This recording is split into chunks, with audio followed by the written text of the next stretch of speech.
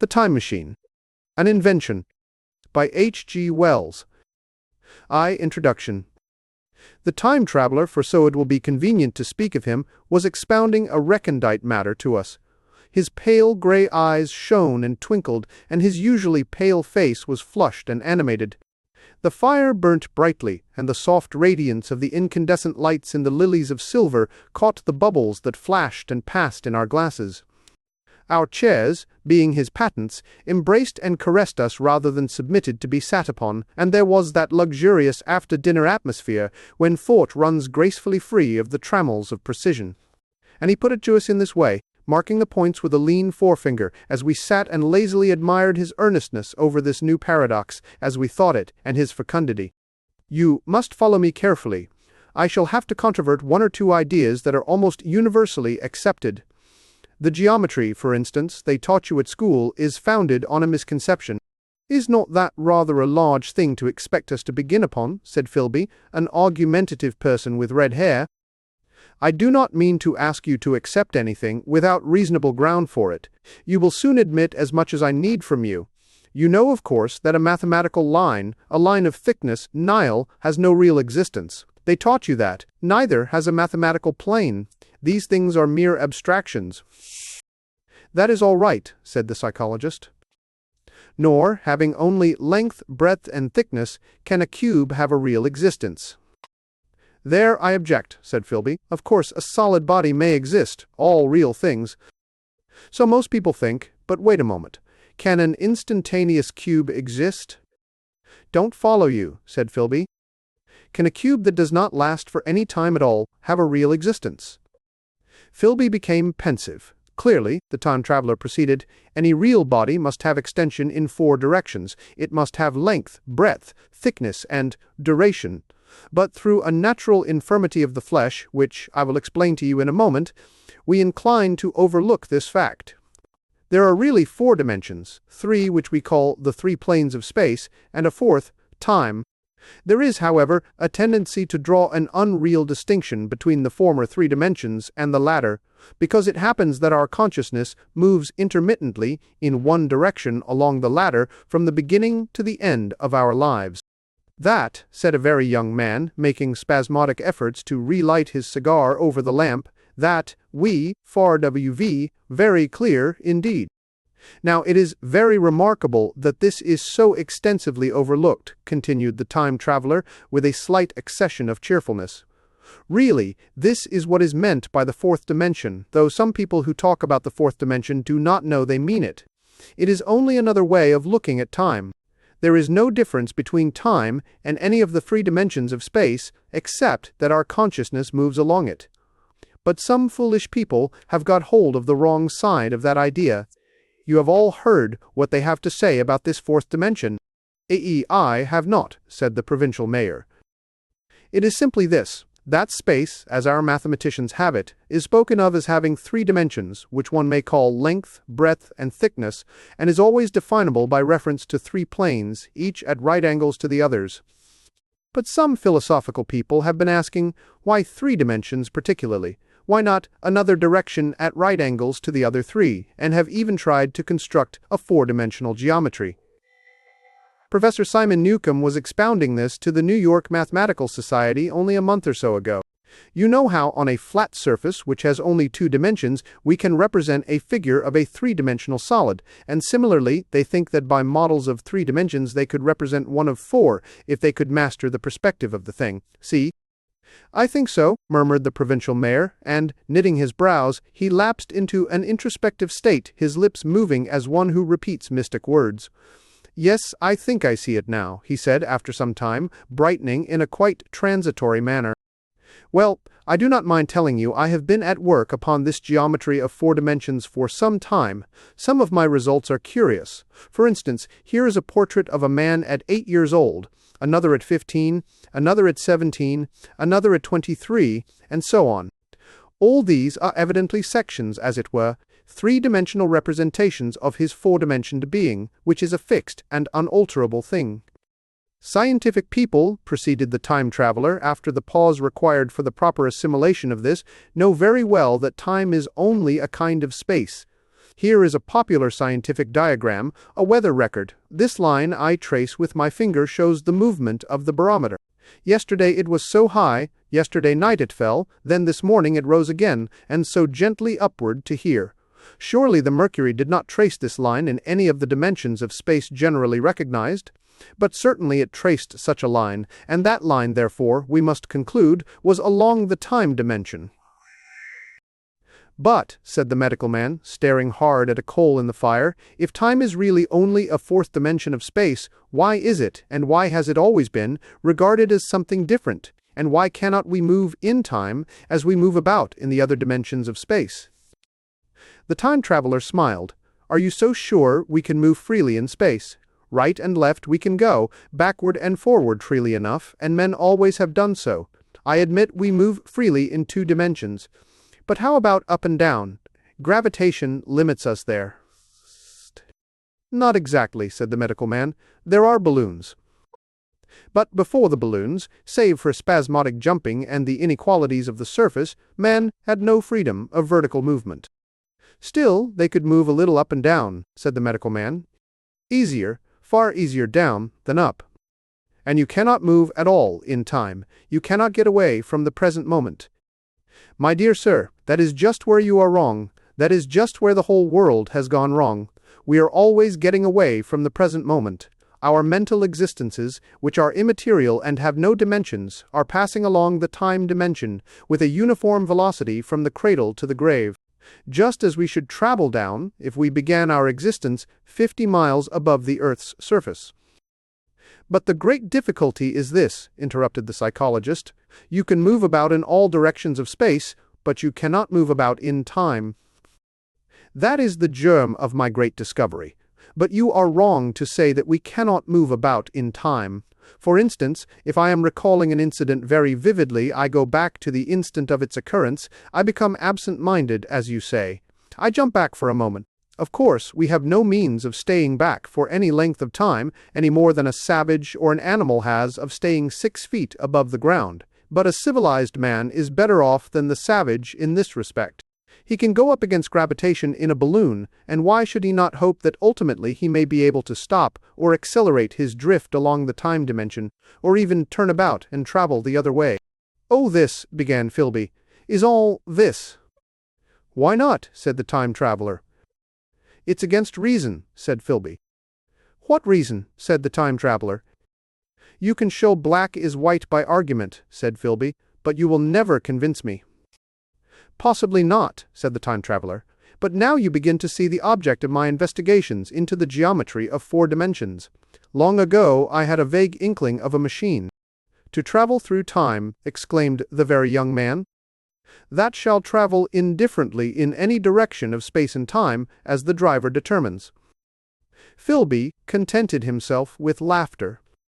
But I have experimental verification, said the time traveler. It would be remarkably convenient for the historian, the psychologist suggested. One might travel back and verify the accepted account of the Battle of Hastings, for instance. Don't you think you would attract attention? Said the medical man. Our ancestors had no great tolerance for anachronisms.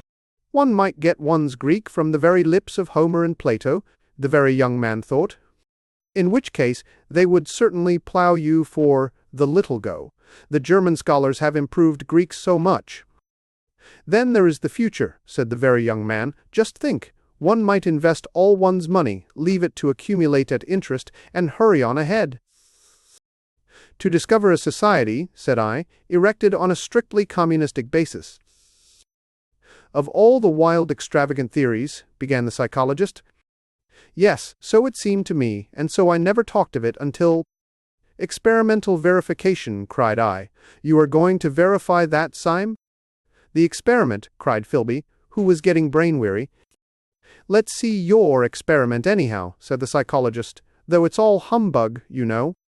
The time traveler smiled round at us. Then, still smiling faintly, and with his hands deep in his trousers pockets, he walked slowly out of the room, and we heard his slippers shuffling down the long passage to his laboratory. The psychologist looked at us. I wonder what he's got. Some sleight-of-hand trick or other, said the medical man, and Philby tried to tell us about a conjurer he had seen at Burslem. But before he had finished his preface, the time traveler came back, and Philby's anecdote collapsed. The machine. The thing the time traveler held in his hand was a glittering metallic framework, scarcely larger than a small clock, and very delicately made. There was ivory in it, and some transparent crystalline substance. And now I must be explicit, for this that follows, unless his explanation is to be accepted, is an absolutely unaccountable thing. He took one of the small octagonal tables that were scattered about the room and set it in front of the fire, with 2 legs on the hearthrug. On this table he placed the mechanism. Then he drew up a chair and sat down. The only other object on the table was a small shaded lamp, the bright light of which fell upon the model. There were also perhaps a dozen candles about, 2 in brass candlesticks upon the mantel, and several in sconces, so that the room was brilliantly illuminated. I sat in a low armchair nearest the fire, and I drew this forward so as to be almost between the time traveler and the fireplace. Philby sat behind him, looking over his shoulder. The medical man and the provincial mayor watched him in profile from the right, the psychologist from the left. The very young man stood behind the psychologist. We were all on the alert. It appears incredible to me that any kind of trick, however subtly conceived and however adroitly done, could have been played upon us under these conditions. The time traveler looked at us and then at the mechanism. "Well," said the psychologist. "This little affair," said the time traveler, resting his elbows upon the table and pressing his hands together above the apparatus, "is only a model. It is my plan for a machine to travel through time. You will notice that it looks singularly askew, and that there is an odd twinkling appearance about this bar, as though it was in some way unreal." He pointed to the part with his finger. "Also, here is one little white lever, and here is another." The medical man got up out of his chair and peered into the thing. "It's beautifully made," he said. "It took 2 years to make," retorted the time traveler. Then, when we had all imitated the action of the medical man, he said, "Now I want you clearly to understand that this lever, being pressed over, sends the machine gliding into the future, and this other reverses the motion. This saddle represents the seat of a time traveler. Presently I am going to press the lever, and off the machine will go. It will vanish, pass into future time, and disappear. Have a good look at the thing. Look at the table too, and satisfy yourselves. There is no trickery. I don't want to waste this model, and then be told I'm a quack." There was a minute's pause, perhaps. The psychologist seemed about to speak to me, but changed his mind. Then the time traveler put forth his finger towards the lever. "No," he said suddenly, "lend me your hand." And turning to the psychologist, he took that individual's hand in his own and told him to put out his forefinger. So that it was the psychologist himself who sent forth the model time machine on its interminable voyage. We all saw the lever turn. I am absolutely certain there was no trickery. There was a breath of wind, and the lamp flame jumped. One of the candles on the mantel was blown out, and the little machine suddenly swung round, became indistinct, was seen as a ghost for a second perhaps, as an eddy of faintly glittering brass and ivory, and it was gone, vanished. Save for the lamp, the table was bare. Everyone was silent for a minute. Then Philby said he was damned. The psychologist recovered from his stupor and suddenly looked under the table. At that the time traveler laughed cheerfully. "Well," he said, with a reminiscence of the psychologist. Then, getting up, he went to the tobacco jar on the mantel, and with his back to us began to fill his pipe. We stared at each other. "Look here," said the medical man. "Are you in earnest about this? Do you seriously believe that that machine has traveled into time?" "Certainly," said the time traveler, stooping to light a spill at the fire.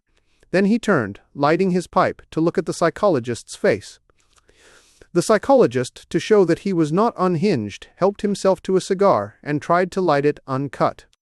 "What is more, I have a big machine nearly finished in there," he indicated the laboratory, "and when that is put together I mean to have a journey on my own account." "You mean to say that that machine has travelled into the future?" said Philby. "Into the future or the past, I don't, for certain, know which." After an interval, the psychologist had an inspiration. "It must have gone into the past if it has gone anywhere," he said. "Why?" said the time traveler. "Because I presume that it has not moved in space, and if it traveled into the future it would still be here all this time, since it must have traveled through this time." "But," said I, If it traveled into the past, it would have been visible when we came first into this room, and last Thursday when we were here, and the Thursday before that, and so forth. Serious objections, remarked the provincial mayor, with an air of impartiality, turning towards the time-traveler. Not a bit, said the time-traveler, and, to the psychologist, you think. You can explain that. It's presentation below the threshold, you know, diluted presentation. Of course, said the psychologist, and reassured us. That's a simple point of psychology. I should have thought of it. It's plain enough, and helps the paradox delightfully. We cannot see it, nor can we appreciate this machine, any more than we can the spoke of a wheel spinning, or a bullet flying through the air. If it is traveling through time 50 times or 100 times faster than we are, if it gets through a minute while we get through a second, the impression it creates will of course be only 1/50th or 100th of what it would make if it were not traveling in time. That's plain enough. He passed his hand through the space in which the machine had been. You see, he said, laughing. We sat and stared at the vacant table for a minute or so. Then the time-traveler asked us what we thought of it all. It sounds plausible enough tonight, said the medical man, but wait until tomorrow. Wait for the common sense of the morning. Would you like to see the time machine itself? Asked the time-traveler, and therewith, taking the lamp in his hand, he led the way down the long, draughty corridor to his laboratory. I remember vividly the flickering light, his queer, broad head in silhouette, the dance of the shadows, how we all followed him, puzzled but incredulous, and how there in the laboratory we beheld a larger edition of the little mechanism which we had seen vanish from before our eyes. Parts were of nickel, parts of ivory, parts had certainly been filed or sawn out of rock crystal. The thing was generally complete, but the twisted crystalline bars lay unfinished upon the bench, beside some sheets of drawings, and I took one up for a better look at it. Look here, said the medical man. Are you perfectly serious, or is this a trick, like that ghost you showed us last Christmas? Upon that machine, said the time-traveler, holding the lamp aloft, I intend to explore time. Is that plain? I was never more serious in my life. None of us quite knew how to take it. I caught Philby's eye over the shoulder of the medical man, and he winked at me solemnly. Aye. The time-traveler returns. I think that at that time none of us quite believed in the time machine. The fact is, the time-traveler was one of those men who are too clever to be believed. You never felt that you saw all round him. You always suspected some subtle reserve, some ingenuity in ambush, behind his lucid frankness. Had Philby shown the model and explained the matter in the time-traveler's words, we should have shown him far less skepticism. For we should have perceived his motives. A pork butcher could understand Philby. But the time-traveler had more than a touch of whim among his elements, and we distrusted him. Things that would have made the fame of a less clever man seemed tricks in his hands. It is a mistake to do things too easily. The serious people who took him seriously never felt quite sure of his deportment. They were somehow aware that trusting their reputations for judgment with him was like furnishing a nursery with eggshell china. So I don't think any of us said very much about time traveling in the interval between that Thursday and the next, though its odd potentialities ran, no doubt, in most of our minds, its plausibility. That is, its practical incredibleness, the curious possibilities of anachronism and of utter confusion it suggested. For my own part, I was particularly preoccupied with the trick of the model, that I remember discussing with the medical man whom I met on Friday at the Linen. He said he had seen a similar thing at Tübingen and laid considerable stress on the blowing out of the candle. But how the trick was done, he could not explain. The next Thursday I went again to Richmond. I suppose I was one of the time-traveler's most constant guests, and, arriving late, found 4 or 5 men already assembled in his drawing-room. The medical man was standing before the fire with a sheet of paper in one hand and his watch in the other. I looked round for the time-traveler, and, "It's 7:30 now," said the medical man. "I suppose we'd better have dinner?" "Where's W?" said I, naming our host. "You've just come? It's rather odd. He's unavoidably detained. He asks me in this note to lead off with dinner at 7 if he's not back. Says he'll explain when he comes." "It seems a pity to let the dinner spoil," said the editor of a well-known daily paper, and thereupon the doctor rang the bell. The psychologist was the only person besides the doctor and myself who had attended the previous dinner. The other men were blank, the editor aforementioned, a certain journalist, and another, a quiet, shy man with a beard, whom I didn't know, and who, as far as my observation went, never opened his mouth all the evening. There was some speculation at the dinner table about the time traveler's absence, and I suggested time traveling, in a half-jocular spirit. The editor wanted that explained to him, and the psychologist volunteered a wooden account of the ingenious paradox and trick we had witnessed that day week.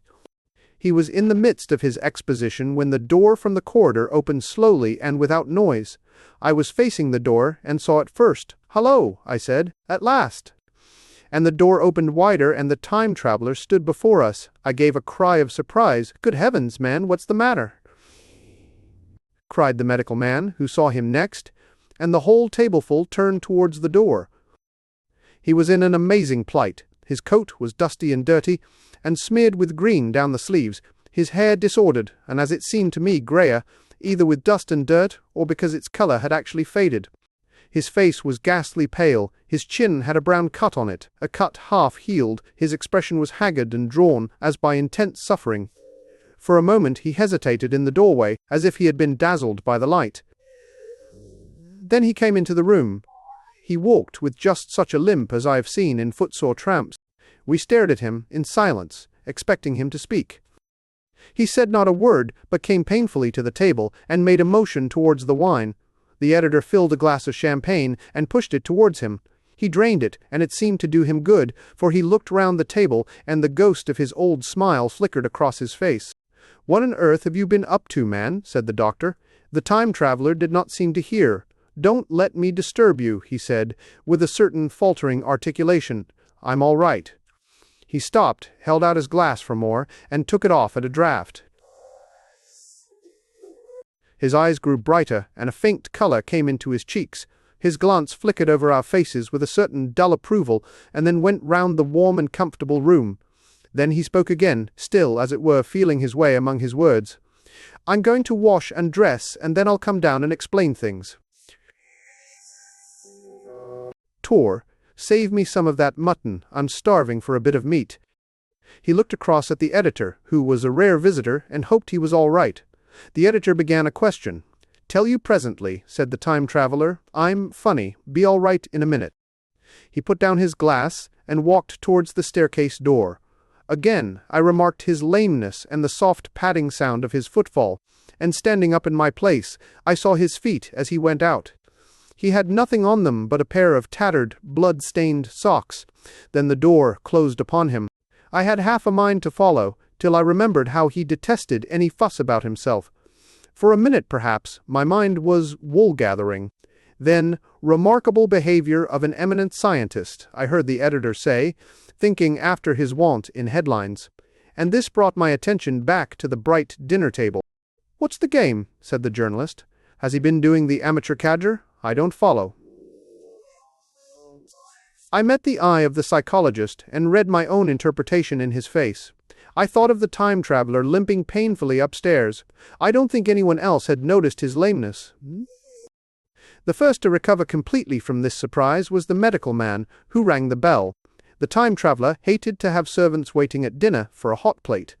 At that the editor turned to his knife and fork with a grunt, and the silent man followed suit. The dinner was resumed. Conversation was exclamatory for a little while, with gaps of wonderment, and then the editor got fervent in his curiosity.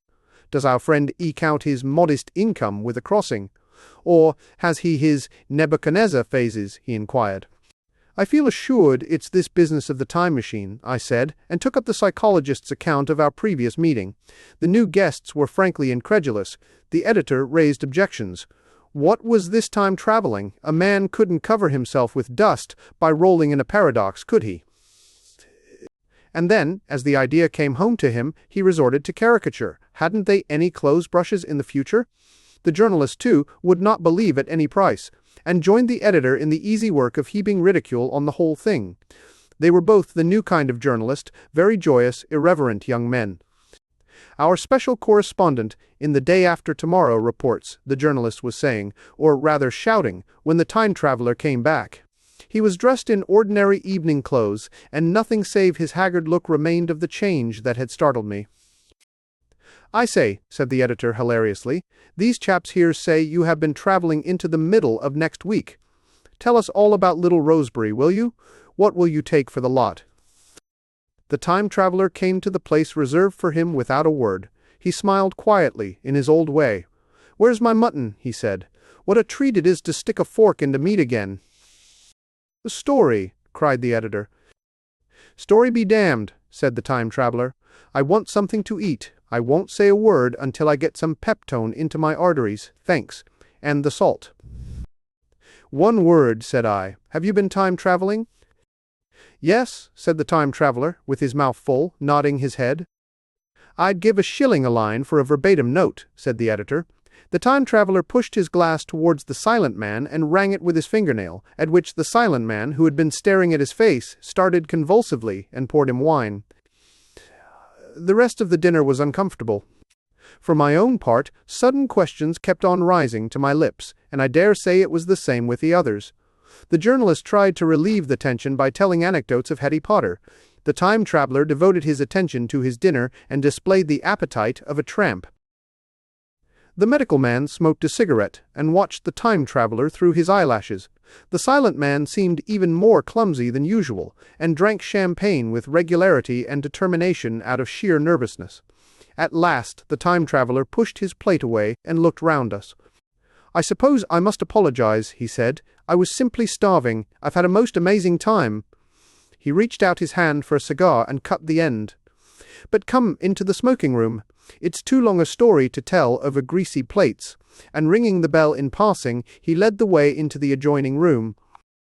"You have told Blanc and Dash and Chose about the machine," he said to me, leaning back in his easy-chair and naming the 3 new guests. "But the thing's a mere paradox," said the editor. "I can't argue tonight. I don't mind telling you the story, but I can't argue. I will," he went on, "tell you the story of what has happened to me if you like, but you must refrain from interruptions. I want to tell it. Badly. Most of it will sound like lying. So be it. It's true, every word of it all the same. I was in my laboratory at 4 o'clock, and since then I've lived 8 days, such days as no human being ever lived before. I'm nearly worn out, but I shan't sleep till I've told this thing over to you. Then I shall go to bed. But no interruptions. Is it agreed?" "Agreed," said the editor, and the rest of us echoed, "Agreed." And with that the time traveler began his story as I have set it forth. He sat back in his chair at first, and spoke like a weary man. Afterwards he got more animated. In writing it down I feel with only too much keenness the inadequacy of pen and ink, and, above all, my own inadequacy to express its quality. You read, I will suppose, attentively enough, but you cannot see the speaker's white, sincere face in the bright circle of the little lamp, nor hear the intonation of his voice. You cannot know how his expression followed the turns of his story. Most of us hearers were in shadow, for the candles in the smoking room had not been lighted, and only the face of the journalist and the legs of the silent man from the knees downward were illuminated. At first we glanced now and again at each other. After a time we ceased to do that, and looked only at the time traveler's face. Ivy, time traveling. I told some of you last Thursday of the principles of the time machine, and showed you the actual thing itself, incomplete in the workshop. There it is now, a little travel-worn, truly, and one of the ivory bars is cracked, and a brass rail bent, but the rest of it's sound enough. I expected to finish it on Friday, but on Friday, when the putting together was nearly done, I found that one of the nickel bars was exactly 1 inch too short, and this I had to get remade, so that the thing was not complete until this morning. It was at 10 o'clock today that the first of all time machines began its career. I gave it a last tap, tried all the screws again, put 1 more drop of oil on the quartz rod, and sat myself in the saddle. I suppose a suicide who holds a pistol to his skull feels much the same wonder at what will come next as I felt then. I took the starting lever in one hand and the stopping one in the other, pressed the first, and almost immediately the second. I seemed to reel. I felt a nightmare sensation of falling, and, looking round, I saw the laboratory exactly as before. Had anything happened? For a moment I suspected that my intellect had tricked me. Then I noted the clock. A moment before, as it seemed, it had stood at a minute or so past 10. Now it was nearly 3:30. I drew a breath, set my teeth, gripped the starting lever with both hands, and went off with a thud. The laboratory got hazy and went dark. Mrs. Watchett came in and walked, apparently without seeing me, towards the garden door. I suppose it took her a minute or so to traverse the place, but to me she seemed to shoot across the room like a rocket. I pressed the lever over to its extreme position. The night came like the turning out of a lamp, and in another moment came tomorrow. The laboratory grew faint and hazy, then fainter and ever fainter. Tomorrow night came black, then day again, night again, day again, faster and faster still. An eddying murmur filled my ears, and a strange, dumb confusedness descended on my mind. I am afraid I cannot convey the peculiar sensations of time traveling. They are excessively unpleasant. There is a feeling exactly like that one has upon a switchback, of a helpless headlong motion. I felt the same horrible anticipation, too, of an imminent smash. As I put on pace, night followed day like the flapping of a black wing. The dim suggestion of the laboratory seemed presently to fall away from me, and I saw the sun hopping swiftly across the sky, leaping it every minute, and every minute marking a day. I supposed the laboratory had been destroyed, and I had come into the open air. I had a dim impression of scaffolding, but I was already going too fast to be conscious of any moving things. The slowest snail that ever crawled dashed by too fast for me. The twinkling succession of darkness and light was excessively painful to the eye. Then, in the intermittent darknesses, I saw the moon spinning swiftly through her quarters from new to full, and had a faint glimpse of the circling stars. Presently, as I went on, still gaining velocity, the palpitation of night and day merged into one continuous greyness. The sky took on a wonderful deepness of blue, a splendid luminous colour, like that of early twilight. The jerking sun became a streak of fire, a brilliant arch, in space. The moon a fainter fluctuating band. And I could see nothing of the stars, save now and then a brighter circle flickering in the blue. The landscape was misty and vague. I was still on the hillside upon which this house now stands, and the shoulder rose above me grey and dim. I saw trees growing and changing like puffs of vapour, now brown, now green. They grew, spread, shivered, and passed away.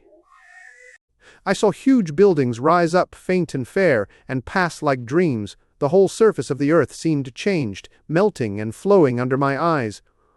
The little hands upon the dials that registered my speed raced round faster and faster. Presently I noted that the sunbelt swayed up and down, from solstice to solstice, in a minute or less, and that consequently my pace was over a year a minute. And minute by minute the white snow flashed across the world, and vanished, and was followed by the bright, brief green of spring. The unpleasant sensations of the start were less poignant now. They merged at last into a kind of hysterical exhilaration. I remarked, indeed, a clumsy swaying of the machine, for which I was unable to account. But my mind was too confused to attend to it. So with a kind of madness growing upon me, I flung myself into futurity. At first I scarce thought of stopping, scarce thought of anything but these new sensations. But presently a fresh series of impressions grew up in my mind, a certain curiosity, and therewith a certain dread, until at last they took complete possession of me. What strange developments of humanity, what wonderful advances upon our rudimentary civilization, I thought, might not appear when I came to look nearly into the dim, elusive world that raced and fluctuated before my eyes. I saw great and splendid architecture rising about me, more massive than any buildings of our own time, and yet, as it seemed, built of glimmer and mist. I saw a richer green flow up the hillside, and remain there, without any wintry intermission. Even through the veil of my confusion, the earth seemed very fair, and so my mind came round to the business of stopping. The peculiar risk lay in the possibility of my finding some substance in the space which I, or the machine, occupied. So long as I travelled at a high velocity through time, this scarcely mattered. I was, so to speak, attenuated, was slipping like a vapour through the interstices of intervening substances. But to come to a stop involved the jamming of myself, molecule by molecule, into whatever lay in my way, meant bringing my atoms into such intimate contact with those of the obstacle that a profound chemical reaction, possibly a far-reaching explosion, would result and blow myself and my apparatus out of all possible dimensions into the unknown. This possibility had occurred to me again and again while I was making the machine, but then I had cheerfully accepted it as an unavoidable risk, one of the risks a man has got to take. Now the risk was inevitable. I no longer saw it in the same cheerful light. The fact is that, insensibly, the absolute strangeness of everything, the sickly jarring and swaying of the machine, above all, the feeling of prolonged falling, had absolutely upset my nerves. I told myself that I could never stop, and with a gust of petulance I resolved to stop forthwith. Like an impatient fool, I lugged over the lever, and incontinently the thing went reeling over and I was flung headlong through the air. There was the sound of a clap of thunder in my ears. I may have been stunned for a moment. A pitiless hail was hissing round me, and I was sitting on soft turf in front of the overset machine. Everything still seemed grey, but presently I remarked that the confusion in my ears was gone. I looked round me. I was on what seemed to be a little lawn in a garden, surrounded by rhododendron bushes, and I noticed that their mauve and purple blossoms were dropping in a shower under the beating of the hailstones. The rebounding, dancing hail hung in a little cloud over the machine and drove along the ground like smoke. In a moment I was wet to the skin. "Fine hospitality," said I, "to a man who has travelled innumerable years to see you. Presently I thought what a fool I was to get wet. I stood up and looked round me. A colossal figure, carved apparently in some white stone, loomed indistinctly beyond the rhododendrons through the hazy downpour. But all else of the world was invisible. My sensations would be hard to describe. As the columns of hail grew thinner, I saw the white figure more distinctly. It was very large, for a silver birch tree touched its shoulder. It was of white marble, in shape something like a winged sphinx, but the wings, instead of being carried vertically at the sides, were spread so that it seemed to hover. The pedestal, it appeared to me, was of bronze and was thick with verdigris. It chanced that the face was towards me. The sightless eyes seemed to watch me. There was the faint shadow of a smile on the lips. It was greatly weather-worn, and that imparted an unpleasant suggestion of disease. I stood looking at it for a little space, half a minute, perhaps, or half an hour. It seemed to advance and to recede, as the hail drove before it, denser or thinner. At last I tore my eyes from it for a moment, and saw that the hail curtain had worn threadbare, and that the sky was lightening with the promise of the sun. I looked up again at the crouching white shape, and the full temerity of my voyage came suddenly upon me. What might appear when that hazy curtain was altogether withdrawn? What might not have happened to men? What if cruelty had grown into a common passion? What if, in this interval, the race had lost its manliness, and had developed into something inhuman, unsympathetic, and overwhelmingly powerful? I might seem some old-world savage animal, only the more dreadful and disgusting for our common likeness, a foul creature to be incontinently slain. Already I saw other vast shapes, huge buildings with intricate parapets and tall columns, with a wooded hillside dimly creeping in upon me through the lessening storm. I was seized with a panic fear. I turned frantically to the time machine, and strove hard to readjust it. As I did so, the shafts of the sun smote through the thunderstorm. The grey downpour was swept aside, and vanished like the trailing garments of a ghost. The great buildings about me stood out clear and distinct, shining with the wet of the thunderstorm, and picked out in white by the unmelted hailstones piled along their courses. I felt naked in a strange world. I felt as perhaps a bird may feel in the clear air, knowing the hawk wings above, and will swoop. My fear grew to frenzy. I took a breathing space, set my teeth, and again grappled fiercely, wrist and knee, with the machine.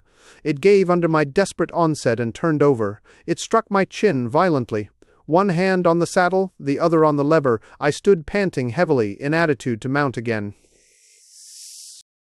But with this recovery of a prompt retreat, my courage recovered. I looked more curiously and less fearfully at this world of the remote future. In a circular opening, high up in the wall of the Nera house, I saw a group of figures clad in rich soft robes. They had seen me, and their faces were directed towards me. Then I heard voices approaching me. Coming through the bushes by the white sphinx were the heads and shoulders of men running. One of these emerged in a pathway leading straight to the little lawn upon which I stood with my machine. He was a slight creature, perhaps 4 feet high, clad in a purple tunic, girdled at the waist with a leather belt. Sandals or buskins, I could not clearly distinguish which, were on his feet. His legs were bare to the knees, and his head was bare. Noticing that, I noticed for the first time how warm the air was. He struck me as being a very beautiful and graceful creature, but indescribably frail.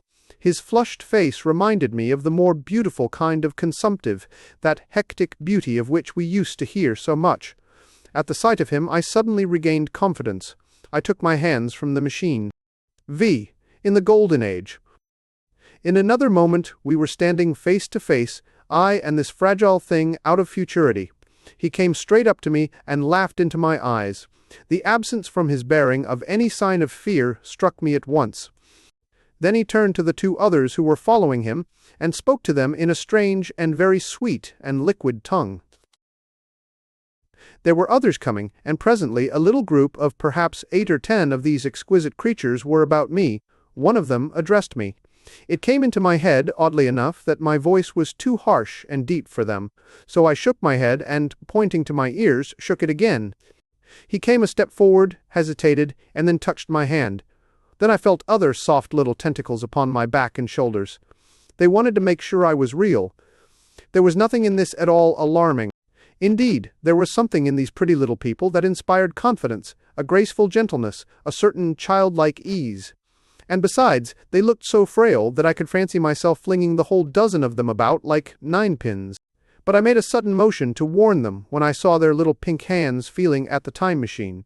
Happily then, when it was not too late, I thought of a danger I had hitherto forgotten, and reaching over the bars of the machine, I unscrewed the little levers that would set it in motion and put these in my pocket. Then I turned again to see what I could do in the way of communication. And then, looking more nearly into their features, I saw some further peculiarities in their Dresden china type of prettiness. Their hair, which was uniformly curly, came to a sharp end at the neck and cheek. There was not the faintest suggestion of it on the face, and their ears were singularly minute. The mouths were small, with bright red, rather thin lips, and the little chins ran to a point. The eyes were large and mild, and, this may seem egotism on my part, I fancied even that there was a certain lack of the interest I might have expected in them.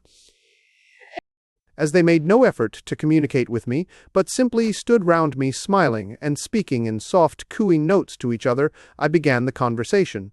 I pointed to the time machine and to myself. Then, hesitating for a moment how to express time, I pointed to the sun. At once a quaintly pretty little figure in checkered purple and white followed my gesture, and then astonished me by imitating the sound of thunder. For a moment I was staggered. Though the import of his gesture was plain enough, the question had come into my mind abruptly, were these creatures fools? You may hardly understand how it took me. You see, I had always anticipated that the people of the year 802,000 odd would be incredibly in front of us in knowledge, art, everything. Then one of them suddenly asked me a question that showed him to be on the intellectual level of one of our 5-year-old children. Asked me, in fact, if I had come from the sun in a thunderstorm. It let loose the judgment I had suspended upon their clothes, their frail light limbs and fragile features. A flow of disappointment rushed across my mind. For a moment I felt that I had built the time machine in vain. I nodded, pointed to the sun, and gave them such a vivid rendering of a thunderclap as startled them. They all withdrew a pace or so and bowed. Then came one laughing towards me, carrying a chain of beautiful flowers altogether new to me, and put it about my neck. The idea was received with melodious applause, and presently they were all running to and fro for flowers, and laughingly flinging them upon me until I was almost smothered with blossom. You, who have never seen the like, can scarcely imagine what delicate and wonderful flowers countless years of culture had created. Then someone suggested that their plaything should be exhibited in the nearest building, and so I was led past the Sphinx of white marble, which had seemed to watch me all the while, with a smile at my astonishment, towards a vast grey edifice of fretted stone. As I went with them, the memory of my confident anticipations of a profoundly grave and intellectual posterity came, with irresistible merriment, to my mind. The building had a huge entry, and was altogether of colossal dimensions. I was naturally most occupied with the growing crowd of little people, and with the big open portals that yawned before me, shadowy and mysterious. My general impression of the world I saw over their heads was a tangled waste of beautiful bushes and flowers, a long, neglected, and yet weedless garden. I saw a number of tall spikes of strange white flowers, measuring a foot, perhaps across the spread of the waxen petals. They grew scattered, as if wild, among the variegated shrubs, but, as I say, I did not examine them closely at this time. The time machine was left deserted on the turf among the rhododendrons. The arch of the doorway was richly carved, but naturally I did not observe the carving very narrowly, though I fancied I saw suggestions of old Phoenician decorations as I passed through, and it struck me that they were very badly broken and weather-worn. Several more brightly clad people met me in the doorway, and so we entered, I, dressed in dingy 19th-century garments, looking grotesque enough, garlanded with flowers, and surrounded by an eddying mass of bright, soft-colored robes and shining white limbs in a melodious whirl of laughter and laughing speech. The big doorway opened into a proportionately great hall hung with brown. The roof was in shadow, and the windows, partially glazed with colored glass and partially unglazed, admitted a tempered light. The floor was made up of huge blocks of some very hard white metal, not plates nor slabs, blocks, and it was so much worn, as I judged by the going to and fro of past generations, as to be deeply channeled along the more frequented ways. Transverse to the length were innumerable tables made of slabs of polished stone, raised perhaps a foot from the floor, and upon these were heaps of fruits. Some I recognized as a kind of hypertrophied raspberry and orange, but for the most part they were strange. Between the tables was scattered a great number of cushions. Upon these my conductors seated themselves, signing for me to do likewise. With a pretty absence of ceremony, they began to eat the fruit with their hands, flinging peel and stalks and so forth into the round openings in the sides of the tables. I was not loath to follow their example, for I felt thirsty and hungry. As I did so, I surveyed the hall at my leisure. The Stain W. Evides of the sea, and the Leta Vanca, and D's of the Cedo, and the Taques de Thingo, which being Banca, which displayed only a geometrical pattern, were broken in many places, and the curtains that hung across the lower end were thick with dust. And it caught my eye that the corner of the marble table near me was fractured. Nevertheless, the general effect was extremely rich and picturesque. There were, perhaps, a couple of 100 people dining in the hall, and most of them, seated as near to me as they could come, were watching me with interest, their little eyes shining over the fruit they were eating. All were clad in the same soft and yet strong, silky material. Fruit, by the by, was all their diet. These people of the remote future were strict vegetarians, and while I was with them, in spite of some carnal cravings, I had to be frugivorous also. Indeed, I found afterwards that horses, cattle, sheep, dogs had followed the ichthyosaurus into extinction. But the fruits were very delightful. One, in particular, that seemed to be in season all the time I was there, a flowery thing in a 3-sided husk, was especially good, and I made it my staple. At first I was puzzled by all these strange fruits, and by the strange flowers I saw, but later I began to perceive their import. However, I am telling you of my fruit dinner in the distant future now. So soon as my appetite was a little checked, I determined to make a resolute attempt to learn the speech of these new men of mine. Clearly, that was the next thing to do. The fruits seemed a convenient thing to begin upon, and holding one of these up, I began a series of interrogative sounds and gestures. I had some considerable difficulty in conveying my meaning. At first, my efforts met with a stare of surprise or inextinguishable laughter, but presently a fair-haired little creature seemed to grasp my intention and repeated a name.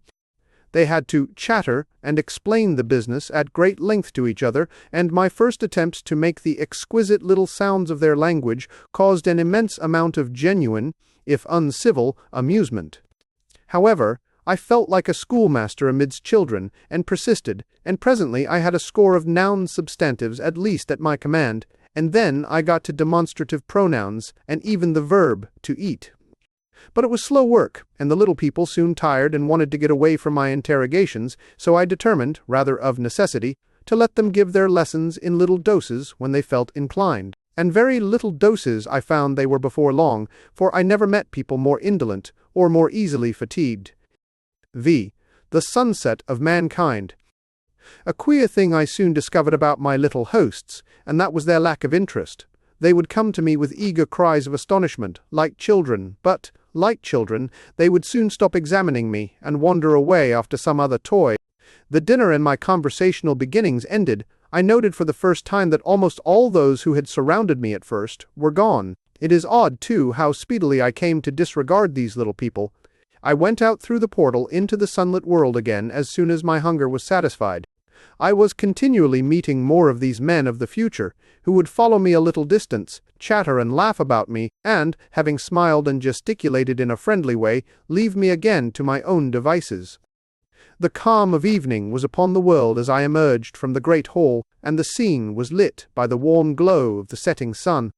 At first, things were very confusing. Everything was so entirely different from the world I had known, even the flowers.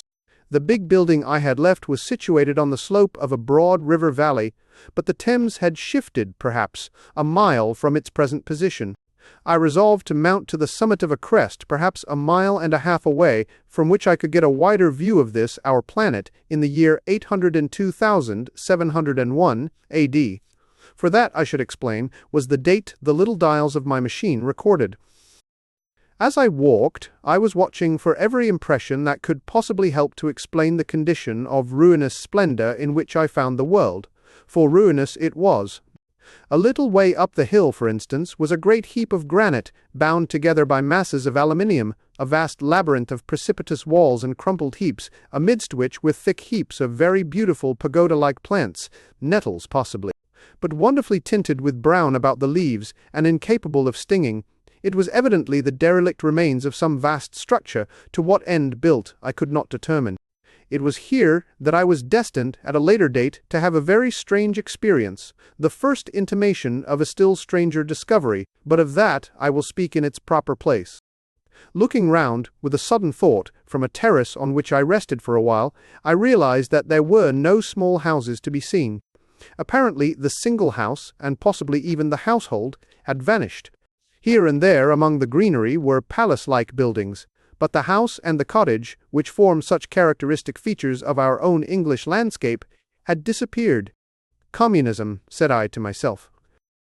And on the heels of that came another thought. I looked at the half-dozen little figures that were following me.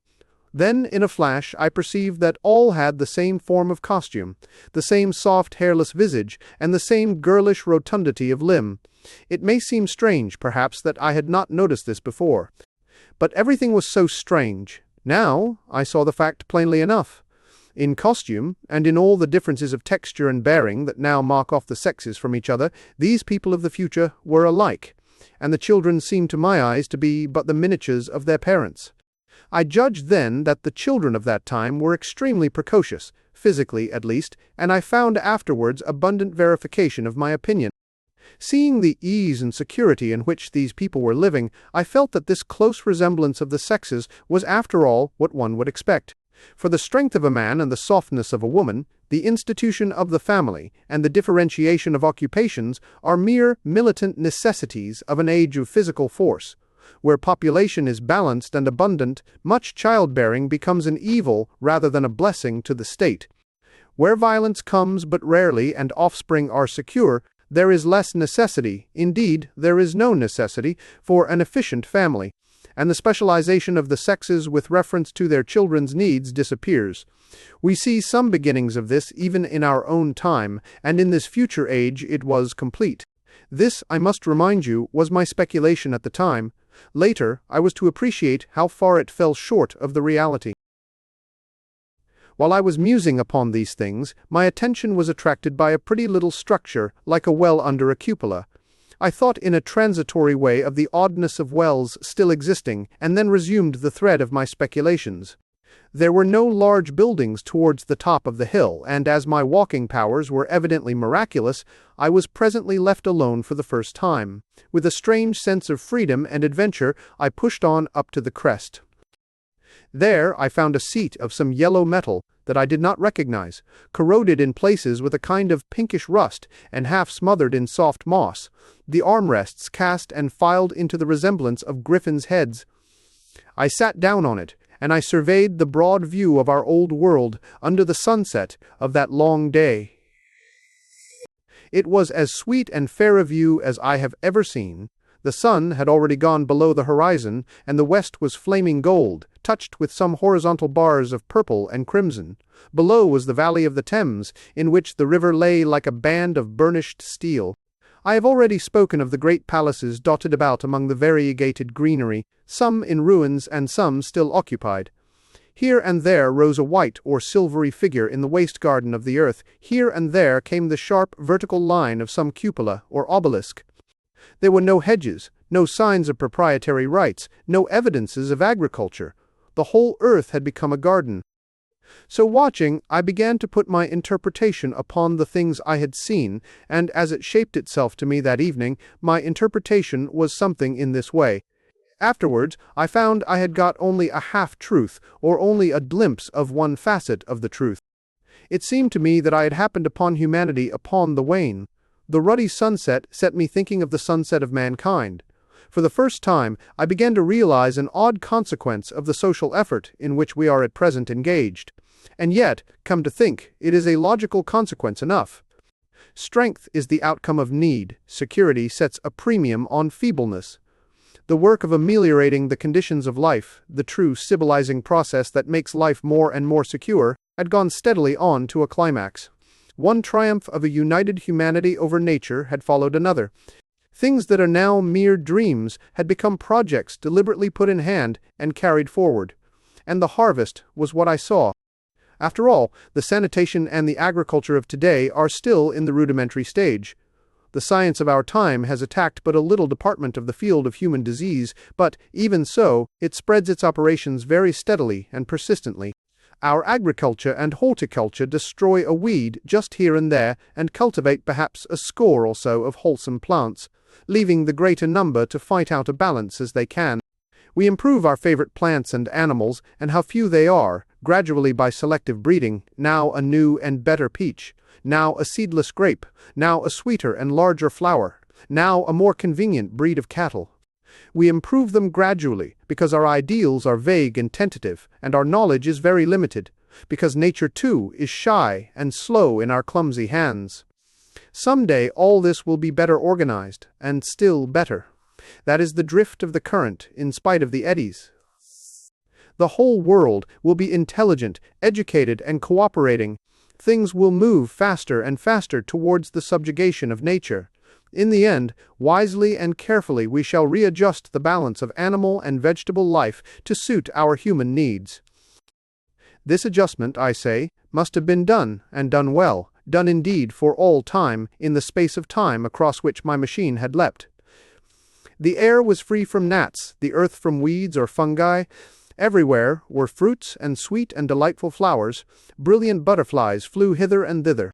The ideal of preventive medicine was attained. Diseases had been stamped out. I saw no evidence of any contagious diseases during all my stay, and I shall have to tell you later that even the processes of putrefaction and decay had been profoundly affected by these changes.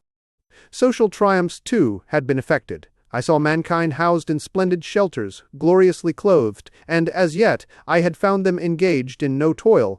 There were no signs of struggle, neither social nor economical struggle. The shop, the advertisement, traffic, all that commerce which constitutes the body of our world, was gone. It was natural on that golden evening that I should jump at the idea of a social paradise. The difficulty of increasing population had been met, I guessed, and population had ceased to increase. But with this change in condition comes inevitably adaptations to the change.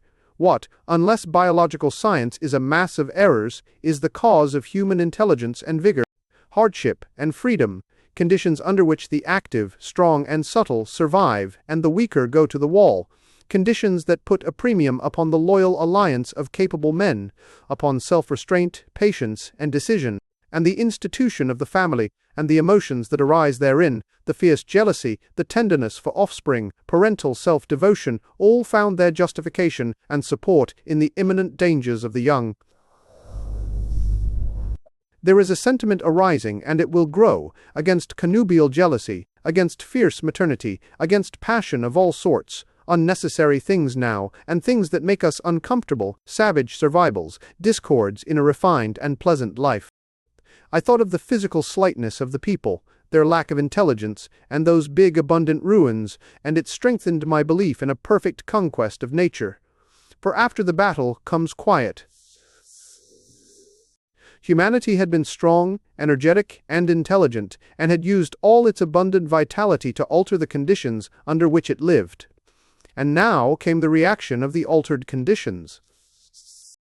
Under the new conditions of perfect comfort and security, that restless energy, that with us is strength, would become weakness. Even in our own time, certain tendencies and desires, once necessary to survival, are a constant source of failure. Physical courage and the love of battle, for instance, are no great help, may even be hindrances, to a civilized man. And in a state of physical balance and security, power, intellectual as well as physical, would be out of place. For countless years, I judged, there had been no danger of war or solitary violence, no danger from wild beasts, no wasting disease to require strength of constitution, no need of toil. For such a life, what we should call the weak are as well equipped as the strong are indeed no longer weak. Better equipped, indeed they are, for the strong would be fretted by an energy for which there was no outlet. No doubt the exquisite beauty of the buildings I saw was the outcome of the last surgings of the now purposeless energy of mankind before it settled down into perfect harmony with the conditions under which it lived, the flourish of that triumph which began the last great peace. This has ever been the fate of energy in security. It takes to art and to eroticism, and then come languor and decay. Even this artistic impetus would at last die away, had almost died in the time I saw. To adorn themselves with flowers, to dance, to sing in the sunlight, so much was left of the artistic spirit and no more. Even that would fade in the end into a contented inactivity.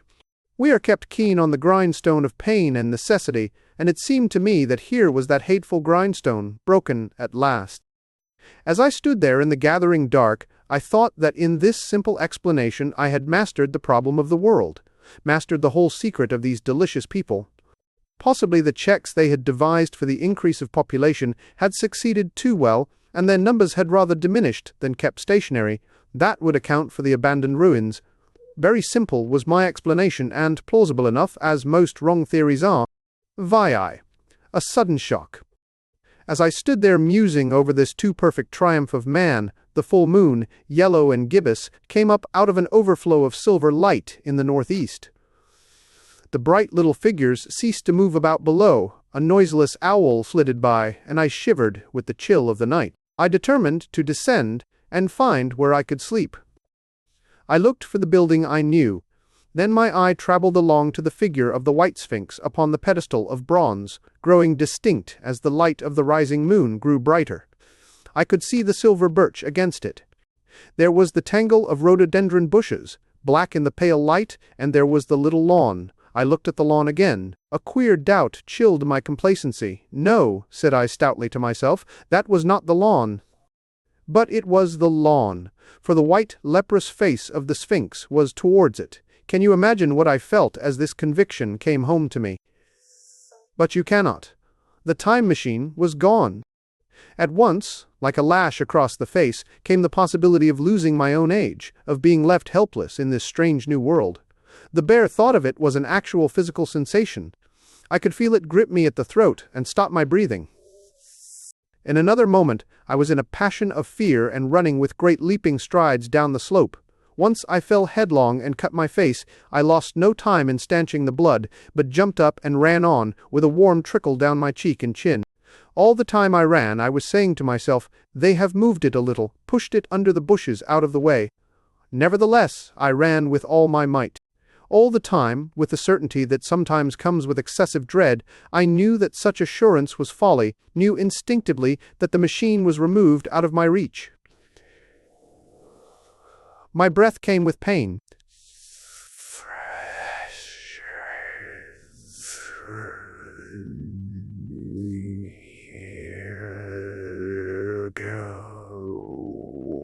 And I am not a young man. I cursed aloud as I ran, at my confident folly in leaving the machine, wasting good breath thereby. I cried aloud, and none answered. Not a creature seemed to be stirring in that moonlit world. When I reached the lawn, my worst fears were realized. Not a trace of the thing was to be seen. I felt faint and cold when I faced the empty space among the black tangle of bushes. I ran round it furiously, as if the thing might be hidden in a corner, and then stopped abruptly, with my hands clutching my hair. Above me towered the Sphinx, upon the bronze pedestal, white, shining, leprous, in the light of the rising moon. It seemed to smile in mockery of my dismay. I might have consoled myself by imagining the little people had put the mechanism in some shelter for me, had I not felt assured of their physical and intellectual inadequacy. That is what dismayed me, the sense of some hitherto unsuspected power, through whose intervention my invention had vanished. Yet, for one thing, I felt assured, unless some other age had produced its exact duplicate, the machine could not have moved in time. The attachment of the levers, I will show you the method later, prevented anyone from tampering with it in that way when they were removed. It had moved, and was hid, only in space. But then, where could it be? I think I must have had a kind of frenzy. I remember running violently in and out among the moonlit bushes all round the Sphinx, and startling some white animal that, in the dim light, I took for a small deer. I remember, too, late that night, beating the bushes with my clenched fist until my knuckles were gashed and bleeding from the broken twigs. Then, sobbing and raving in my anguish of mind, I went down to the great building of stone. The big hall was dark, silent, and deserted. I slipped on the uneven floor and fell over one of the malachite tables, almost breaking my shin. I lit a match and went on past the dusty curtains, of which I have told you. There I found a second great hole covered with cushions, upon which, perhaps, a score or so of the little people were sleeping. I have no doubt they found my second appearance strange enough, coming suddenly out of the quiet darkness with inarticulate noises and the splutter and flare of a match. For they had forgotten about matches. "Where is my time machine?" I began, bawling like an angry child, laying hands upon them and shaking them up together. It must have been very queer to them. Some laughed, most of them looked sorely frightened. When I saw them standing round me, it came into my head that I was doing as foolish a thing as it was possible for me to do under the circumstances, in trying to revive the sensation of fear, for, reasoning from their daylight behavior, I thought that fear must be forgotten. Abruptly I dashed down the match, and knocking one of the people over in my course, went blundering across the big dining hall again. Out under the moonlight, I heard cries of terror, and their little feet running and stumbling this way and that. I do not remember all I did as the moon crept up the sky. I suppose it was the unexpected nature of my loss that maddened me. I felt hopelessly cut off from my own kind, a strange animal in an unknown world. I must have raved to and fro, screaming and crying upon God and fate.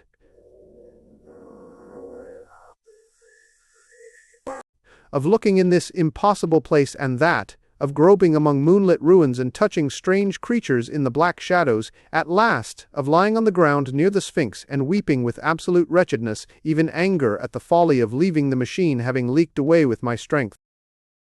I had nothing left but misery. Then I slept, and when I woke again it was full day, and a couple of sparrows were hopping round me on the turf within reach of my arm. I sat up in the freshness of the morning, trying to remember how I had got there, and why I had such a profound sense of desertion and despair. Then things came clear in my mind. With the plain, reasonable daylight, I could look my circumstances fairly in the face. I saw the wild folly of my frenzy overnight, and I could reason with myself. Suppose the worst, I said. Suppose the machine altogether lost, perhaps destroyed. It behoves me to be calm and patient, to learn the way of the people, to get a clear idea of the method of my loss, and the means of getting materials and tools, so that in the end, perhaps, I may make another. And, after all, it was a beautiful and curious world. But probably the machine had only been taken away. Still, I must be calm and patient, find its hiding place, and recover it by force or cunning. And with that I scrambled to my feet and looked about me, wondering where I could bathe. I felt weary, stiff, and travel-soiled. The freshness of the morning made me desire an equal freshness. I had exhausted my emotion. Indeed, as I went about my business, I found myself wondering at my intense excitement overnight. I made a careful examination of the ground about the little lawn. I wasted some time in futile questionings, conveyed, as well as I was able, to such of the little people as came by. They all failed to understand my gestures. Some were simply stolid. Some thought it was a jest and laughed at me. I had the hardest task in the world to keep my hands off their pretty laughing faces. It was a foolish impulse, but the devil begotten of fear and blind anger was ill-curbed and still eager to take advantage of my perplexity. The turf gave better counsel. I found a groove ripped in it, about midway between the pedestal of the Sphinx and the marks of my feet, where, on arrival, I had struggled with the overturned machine. There were other signs of removal about, with queer narrow footprints like those I could imagine made by a sloth. This directed my closer attention to the pedestal. It was, as I think I have said, of bronze. It was not a mere block, but highly decorated with deep-framed panels on either side. I went and rapped at these. The pedestal was hollow. Examining the panels with care, I found them discontinuous with the frames. There were no handles or keyholes, but possibly the panels, if they were doors, as I supposed, opened from within. One thing was clear enough to my mind. It took no very great mental effort to infer that my time machine was inside that pedestal. But how it got there was a different problem. I saw the heads of two orange-clad people coming through the bushes and under some blossom-covered apple trees towards me. I turned smiling to them and beckoned them to me. They came, and then, pointing to the bronze pedestal, I tried to intimate my wish to open it. But at my first gesture towards this, they behaved very oddly. I don't know how to convey their expression to you. Suppose you were to use a grossly improper gesture to a delicate-minded woman, it is how she would look. They went off as if they had received the last possible insult. I tried a sweet-looking little chap in white next, with exactly the same result. Somehow, his manner made me feel ashamed of myself. But, as you know, I wanted the time machine, and I tried him once more. As he turned off like the others, my temper got the better of me. In 3 strides I was after him, had him by the loose part of his robe round the neck, and began dragging him towards the Sphinx. Then I saw the horror and repugnance of his face, and all of a sudden I let him go. But I was not beaten yet. I banged with my fist at the bronze panels. I thought I heard something stir inside. To be explicit, I thought I heard a sound like a chuckle, but I must have been mistaken. Then I got a big pebble from the river, and came and hammered till I had flattened a coil in the decorations, and the verdigris came off in powdery flakes. The delicate little people must have heard me hammering in gusty outbreaks a mile away on either hand, but nothing came of it. I saw a crowd of them upon the slopes, looking furtively at me. At last, hot and tired, I sat down to watch the place. But I was too restless to watch long. I am too occidental for a long vigil. I got up after a time, and began walking aimlessly through the bushes towards the hill again. "Patience," said I to myself. "If you want your machine again, you must leave that Sphinx alone. If they mean to take your machine away, it's little good your wrecking their bronze panels, and if they don't, you will get it back as soon as you can ask for it. To sit among all those unknown things before a puzzle like that is hopeless. That way lies monomania. Face. Learn its ways, watch it, be careful of too hasty guesses at its meaning. In the end, you will find clues to it all."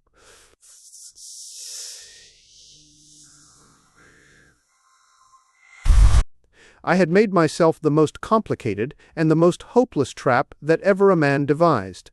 Although it was at my own expense, I could not help myself. I laughed aloud. Going through the big palace, it seemed to me that the little people avoided me. It may have been my fancy, or it may have had something to do with my hammering at the gates of bronze. Yet I felt tolerably sure of the avoidance. I was careful, however, to show no concern, and to abstain from any pursuit of them, and in the course of a day or two, things got back to the old footing. I made what progress I could in the language, and in addition I pushed my explorations here and there. Either I missed some subtle point, or their language was excessively simple, almost exclusively composed of concrete substantives and verbs. There seemed to be few, if any, abstract terms, or little use of figurative language. Their sentences were usually simple and of 2 words, and I failed to convey or understand any but the simplest propositions. I determined to put the thought of my time machine and the mystery of the bronze doors under the Sphinx as much as possible in a corner of memory, until my growing knowledge would lead me back to them in a natural way. Yet a certain feeling, you may understand, tethered me in a circle of a few miles round the point of my arrival. VI. Explanation. So far as I could see, all the world displayed the same exuberant richness as the Thames Valley. From every hill I climbed, I saw the same abundance of splendid buildings, endlessly varied in material and style, the same clustering thickets of evergreens, the same blossom-laden trees and tree ferns. Here and there, water shone like silver, and beyond, the land rose into blue, undulating hills and so faded into the serenity of the sky. A peculiar feature, which presently attracted my attention, was the presence of certain circular wells, several, as it seemed to me, of a very great depth. One lay by the path up the hill, which I had followed during my first walk. Like the others, it was rimmed with bronze, curiously wrought, and protected by a little cupola from the rain. Sitting by the side of these wells and peering down into the shafted darkness, I could see no gleam of water, nor could I start any reflection with a lighted match. But in all of them I heard a certain sound, a thud, thud, thud, thud, like the beating of some big engine, and I discovered, from the flaring of my matches, that a steady current of air set down the shaft. Further, I threw a scrap of paper into the throat of one, and, instead of fluttering slowly down, it was at once sucked swiftly out of sight. After a time, too, I came to connect these wells with tall towers, standing here and there upon the slopes, for above them there was often just such a flicker in the air as one sees on a hot day above a sun-scorched beach. Putting things together, I reached a strong suggestion of an extensive system of subterranean ventilation, whose true import it was difficult to imagine. I was at first inclined to associate it with the sanitary apparatus of these people. It was an obvious conclusion, but it was absolutely wrong. And here I must admit that I learnt very little of drains and bells and modes of conveyance and the like conveniences during my time in this real future. In some of these visions of utopias and coming times which I have read, there is a vast amount of detail about building and social arrangements and so forth. But while such details are easy enough to obtain when the whole world is contained in one's imagination, they are altogether inaccessible to a real traveller amid such realities as I found here. Conceive the tale of London, which a Negro fresh from Central Africa would take back to his tribe. What would he know of railway companies, of social movements, of telephone and telegraph wires, of the parcels delivery company, and postal orders and the like? Yet we, at least, should be willing enough to explain these things to him, and even of what he knew, how much could he make his untravelled friend either apprehend or believe? Then think how narrow the gap between a Negro and a white man of our own times, and how wide the interval between myself and these of the Golden Age. I was sensible of much which was unseen, and which contributed to my comfort, but save for a general impression of automatic organization, I fear I can convey very little of the difference to your mind. In the matter of sepulture, for instance, I could see no signs of crematoria, nor anything suggestive of tombs, but it occurred to me that, possibly, there might be cemeteries or crematoria somewhere beyond the range of my explorings. This, again, was a question I deliberately put to myself, and my curiosity was at first entirely defeated upon the point. The thing puzzled me, and I was led to make a further remark, which puzzled me still more, that aged and infirm among this people there were none. I must confess that my satisfaction with my first theories of an automatic civilization and a decadent humanity did not long endure, yet I could think of no other. Let me put my difficulties. The several big palaces I had explored were mere living places, great dining halls and sleeping apartments. I could find no machinery, no appliances of any kind, yet these people were clothed in pleasant fabrics that must at times need renewal, and their sandals, though undecorated, were fairly complex specimens of metalwork. Somehow, such things must be made. And the little people displayed no vestige of a creative tendency. What's living 1830? There were no shops, no workshops, no sign of importations among them. They spent all their time in playing gently, in bathing in the river, in making love in a half-playful fashion, in eating fruit and sleeping. I could not see how things were kept going.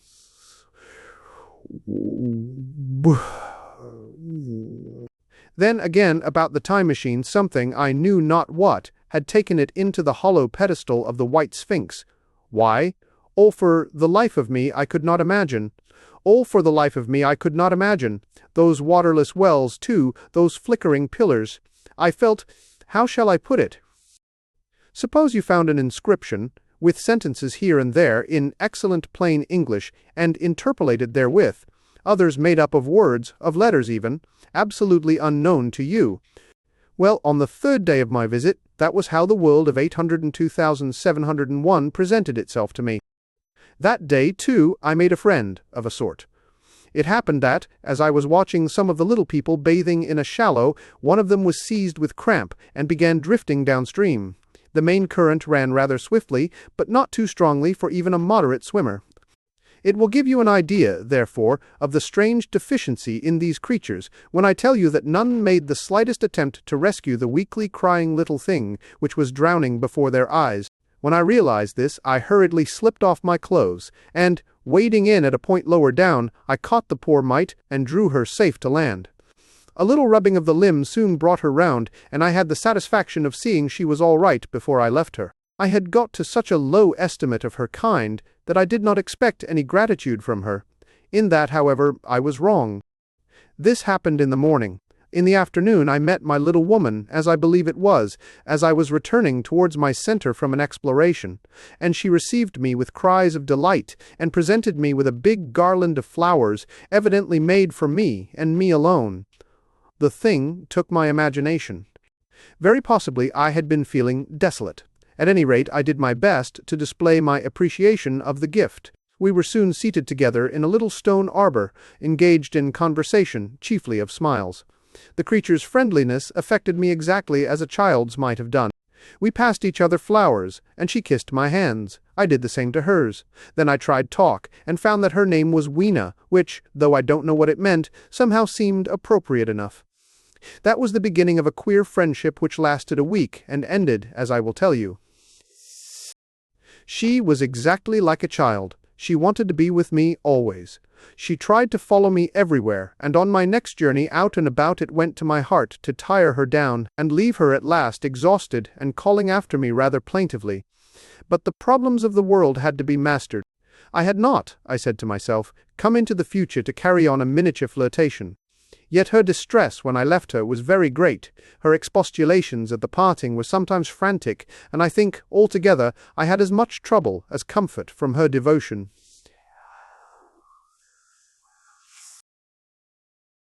I thought it was mere childish affection that made her cling to me. Until it was too late, I did not clearly know what I had inflicted upon her when I left her, nor until it was too late did I clearly understand what she was to me.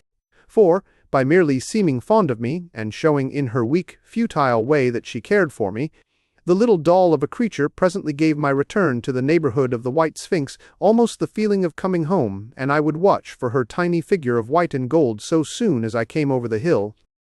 It was from her, too, that I learnt that fear had not yet left the world. She was fearless enough in the daylight, and she had the oddest confidence in me. For once, in a foolish moment, I made threatening grimaces at her, and she simply laughed at them. But she dreaded the dark, dreaded shadows, dreaded black things. Darkness to her was the one thing dreadful. It was a singularly passionate emotion, and it set me thinking and observing. I discovered then, among other things, that these little people gathered into the great houses after dark and slept in droves. To enter upon them without a light was to put them into a tumult of apprehension. I never found one out of doors, or one sleeping alone within doors after dark. Yet I was still such a blockhead that I missed the lesson of that fear, and in spite of Weena's distress, I insisted upon sleeping away from these slumbering multitudes. It troubled her greatly, but in the end, her odd affection for me triumphed, and for 5 of the nights of our acquaintance, including the last night of all, she slept with her head pillowed on my arm. But my story slips away from me as I speak of her. It must have been the night before her rescue that I was awakened about dawn. I had been restless, dreaming most disagreeably that I was drowned, and that sea anemones were feeling over my face with their soft palps. I woke with a start, and with an odd fancy that some greyish animal had just rushed out of the chamber. I tried to get to sleep again, but I felt restless and uncomfortable. It was that dim grey hour when things are just creeping out of darkness, when everything is colourless and clear-cut, and yet unreal. I got up and went down into the great hall and so out upon the flagstones in front of the palace. I thought I would make a virtue of necessity and see the sunrise. The moon was setting, and the dying moonlight and the first pallor of dawn were mingled in a ghastly half-light. The bushes were inky black, the ground a somber grey, the sky colourless and cheerless, and up the hill I thought I could see ghosts. Several times, as I scanned the slope, I saw white figures. Twice I fancied I saw a solitary white, ape-like creature running rather quickly up the hill, and once, near the ruins, I saw a leash of them carrying some dark body. They moved hastily. I did not see what became of them. It seemed that they vanished among the bushes. The dawn was still indistinct, you must understand. I was feeling that chill, uncertain, early morning feeling you may have known. I doubted my eyes. As the eastern sky grew brighter, and the light of the day came on and its vivid coloring returned upon the world once more, I scanned the view keenly. But I saw no vestige of my white figures. They were mere creatures of the half-light. They must have been ghosts, I said. I wonder whence they dated. For a queer notion of Grant Allen's came into my head and amused me. If each generation die and leave ghosts, he argued, the world at last will get overcrowded with them. On that theory they would have grown innumerable, some 800,000 years hence, and it was no great wonder to see 4 at once. But the jest was unsatisfying, and I was thinking of these figures all the morning until Weena's rescue drove them out of my head. I associated them in some indefinite way with the white animal I had startled in my first passionate search for the time machine. But Weena was a pleasant substitute. Yet all the same, they were soon destined to take far deadlier possession of my mind. I think I have said how much hotter than our own was the weather of this golden age. I cannot account for it. It may be that the sun was hotter, or the earth nearer the sun. It is usual to assume that the sun will go on cooling steadily in the future. But people, unfamiliar with such speculations as those of the younger Darwin, forget that the planets must ultimately fall back one by one into the parent body. As these catastrophes occur, the sun will blaze with renewed energy, and it may be that some inner planet had suffered this fate. Whatever the reason, the fact remains that the sun was very much hotter than we know it. Well, one very hot morning, my 4th, I think, as I was seeking shelter from the heat and glare in a colossal ruin near the great house where I slept and fed, there happened this strange thing. Clambering among these heaps of masonry, I found a narrow gallery, whose end and side windows were blocked by fallen masses of stone. By contrast with the brilliancy outside, it seemed at first impenetrably dark to me. I entered it, groping, for the change from light to blackness made spots of color swim before me. Suddenly, I halted spellbound. A pair of eyes, luminous by reflection against the daylight without, was watching me out of the darkness. The old instinctive dread of wild beasts came upon me. I clenched my hands and steadfastly looked into the glaring eyeballs. I was afraid to turn. Then the thought of the absolute security in which humanity appeared to be living came to my mind. And then I remembered that strange terror of the dark. Overcoming my fear to some extent, I advanced a step and spoke. I will admit that my voice was harsh and ill-controlled. I put out my hand and touched something soft. At once the eyes darted sideways, and something white ran past me. I turned with my heart in my mouth, and saw a queer little ape-like figure, its head held down in a peculiar manner, running across the sunlit space behind me. It blundered against a block of granite, staggered aside, and in a moment was hidden in a black shadow beneath another pile of ruined masonry. My impression of it is, of course, imperfect, but I know it was a dull white, and had strange, large, greyish-red eyes.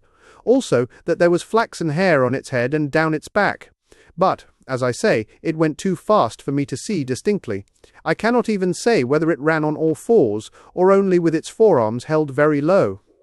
After an instant's pause, I followed it into the second heap of ruins. I could not find it at first, but after a time, in the profound obscurity, I came upon one of those round, well-like openings of which I have told you, half closed by a fallen pillar. A sudden thought came to me. Could this thing have vanished down the shaft? I lit a match, and, looking down, I saw a small, white, moving creature with large, bright eyes which regarded me steadfastly as it retreated. It made me shudder. It was so like a human spider. It was clambering down the wall, and now I saw for the first time a number of metal foot and hand rests forming a kind of ladder down the shaft. Then the light burned my fingers and fell out of my hand, going out as it dropped, and when I had lit another, the little monster had disappeared. I do not know how long I sat peering down that well. It was not for some time that I could succeed in persuading myself that the thing I had seen was human. But gradually the truth dawned on me that man had not remained one species but had differentiated into two distinct animals. That my graceful children of the upper world were not the sole descendants of our generation, but that this bleached, obscene, nocturnal thing which had flashed before me was also heir to all the ages. I thought of the flickering pillars and of my theory of an underground ventilation. I began to suspect their true import. And what, I wondered, was this lemur doing in my scheme of a perfectly balanced organization? How was it related to the indolent serenity of the beautiful overworlders? And what was hidden down there, at the foot of that shaft? I sat upon the edge of the well, telling myself that, at any rate, there was nothing to fear, and that there I must descend for the solution of my difficulties. And withal, I was absolutely afraid to go. As I hesitated, two of the beautiful upper-world people came running in their amorous sport across the daylight in the shadow. The male pursued the female, flinging flowers at her as he ran. They seemed distressed to find me, my arm against the overturned pillar, peering down the well.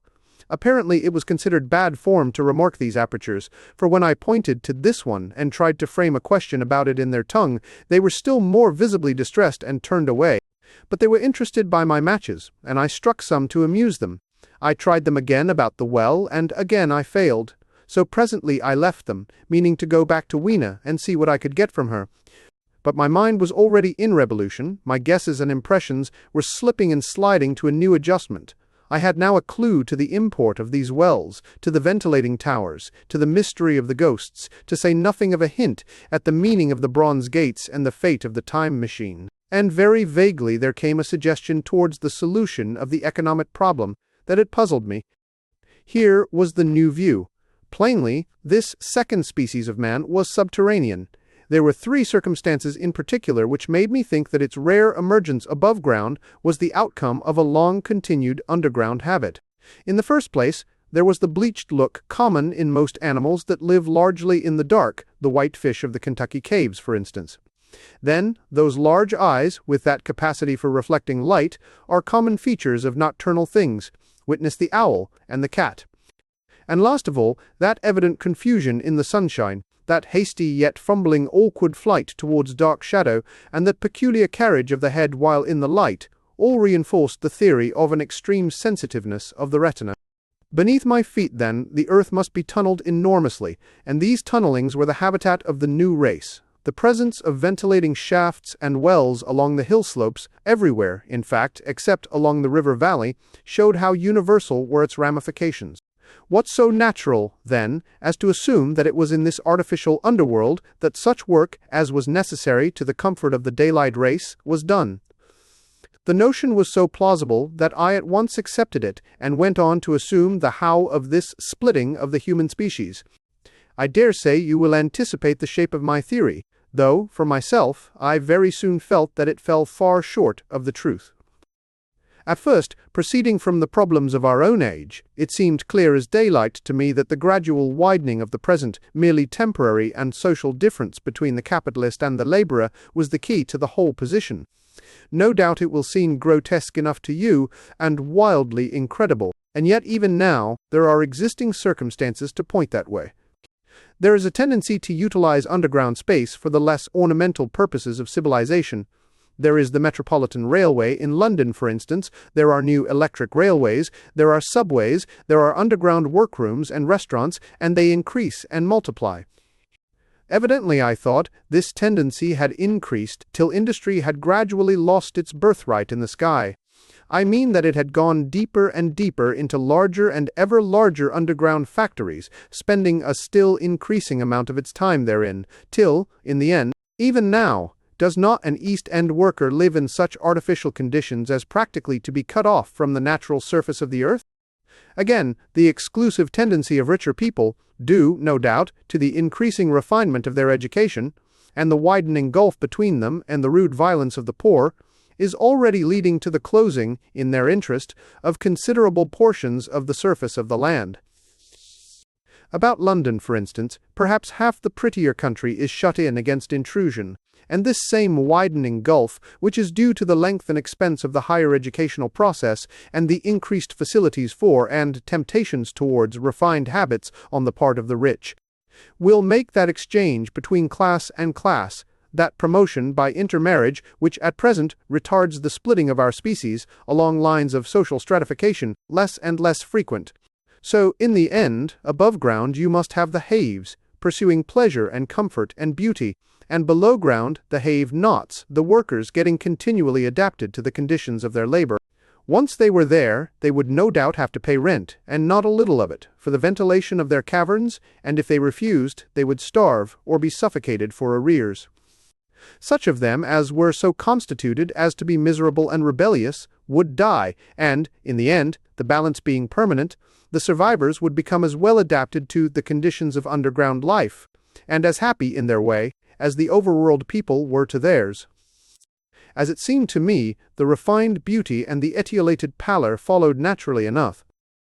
The great triumph of humanity I had dreamed of took a different shape in my mind. It had been no such triumph of moral education and general cooperation as I had imagined. Instead, I saw a real aristocracy, armed with a perfected science and working to a logical conclusion the industrial system of today. Its triumph had not been simply a triumph over nature, but a triumph over nature and the fellow man. This, I must warn you, was my theory at the time. I had no convenient cicerone in the pattern of the utopian books. My explanation may be absolutely wrong. I still think it is the most plausible one. But even on this supposition, the balanced civilization that was at last attained must have long since passed its zenith and was now far fallen into decay. The too perfect security of the overworlders had led them to a slow movement of degeneration, to a general dwindling in size, strength, and intelligence, that I could see clearly enough already. What had happened to the undergrounders I did not yet suspect, but, from what I had seen of the Morlocks, that, by the by, was the name by which these creatures were called, I could imagine that the modification of the human type was even far more profound than among the Eloi, the beautiful race that I already knew. Then came troublesome doubts. Why had the Morlocks taken my time machine? For I felt sure it was they who had taken it. Why, too, if the Eloi were masters, could they not restore the machine to me? And why were they so terribly afraid of the dark? I proceeded, as I have said, to question Weena about this underworld, but here again I was disappointed. At first, she would not understand my questions, and presently she refused to answer them. She shivered, as though the topic was unendurable, and when I pressed her, perhaps a little harshly, she burst into tears. Indices. They were the only tears, except my own, I ever saw in that golden age. When I saw them, I ceased abruptly to trouble about the Morlocks, and was only concerned in banishing these signs of her human inheritance from Weena's eyes. And very soon she was smiling and clapping her hands, while I solemnly burnt a match.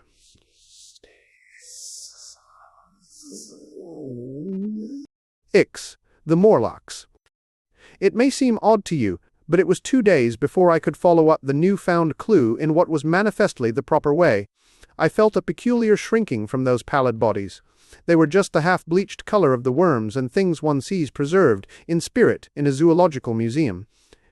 And they were filthily cold to the touch. Probably my shrinking was largely due to the sympathetic influence of the Eloi, whose disgust of the Morlocks I now began to appreciate. The next night I did not sleep well. Probably my health was a little disordered. I was oppressed with perplexity and doubt. Once or twice I had a feeling of intense fear for which I could perceive no definite reason. I remember creeping noiselessly into the great hall where the little people were sleeping in the moonlight. That night Weena was among them, and feeling reassured by their presence. It occurred to me even then that in the course of a few days the moon must pass through its last quarter, and the nights grow dark, when the appearances of these unpleasant creatures from below, these whitened lemurs, this new vermin that had replaced the old, might be more abundant. And on both these days I had the restless feeling of one who shirks an inevitable duty. I felt assured that the time machine was only to be recovered by boldly penetrating these mysteries of underground. Yet I could not face the mystery. If only I had had a companion, it would have been different. But I was so horribly alone, and even to clamber down into the darkness of the well appalled me. I don't know if you will understand my feeling, but I never felt quite safe at my back. It was this restlessness, this insecurity perhaps, that drove me farther and farther afield in my exploring expeditions. Going to the southwestward towards the rising country that is now called Colmay Wood, I observed far off, in the direction of 19th-century Banstead, a vast green structure, different in character from any I had hitherto seen.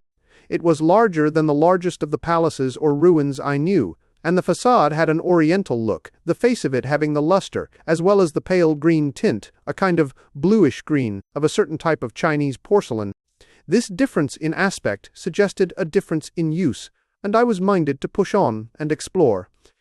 But the day was growing late, and I had come upon the site of the place after a long and tiring circuit, so I resolved to hold over the adventure for the following day, and I returned to the welcome and the caresses of little Weena. But next morning I perceived clearly enough that my curiosity regarding the Palace of Green Porcelain was a piece of self-deception to enable me to shirk, by another day, an experience I dreaded.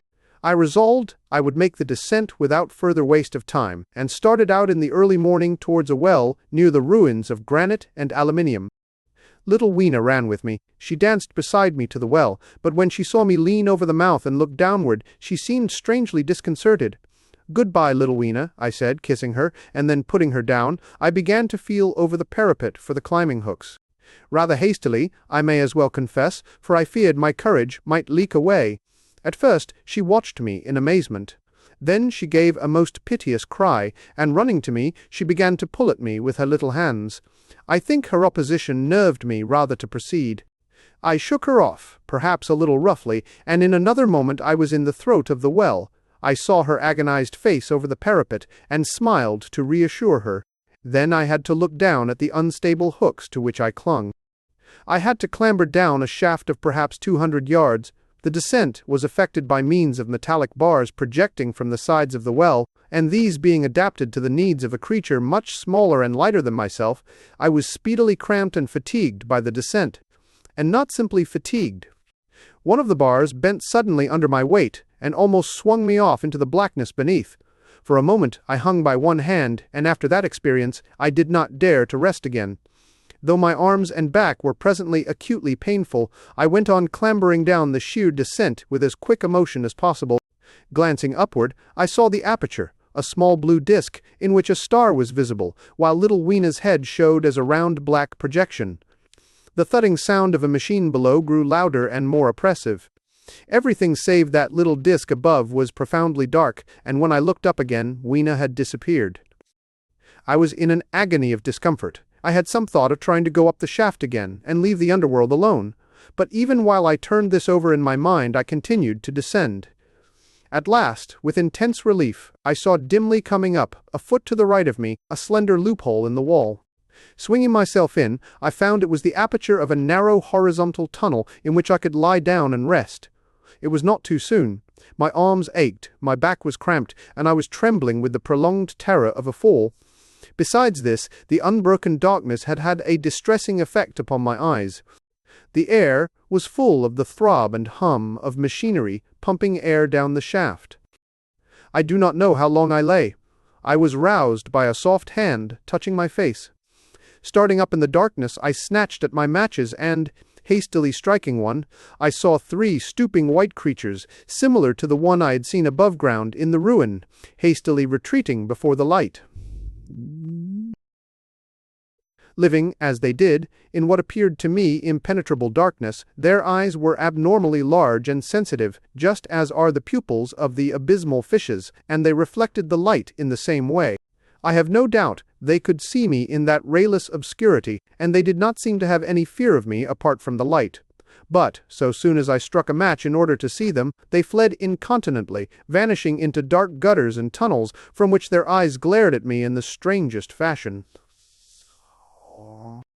I tried to call to them, but the language they had was apparently different from that of the overworld people, so that I was needs left to my own unaided efforts, and the thought of flight before exploration was even then in my mind. But I said to myself, "You are in for it now," and, feeling my way along the tunnel, I found the noise of machinery grow louder.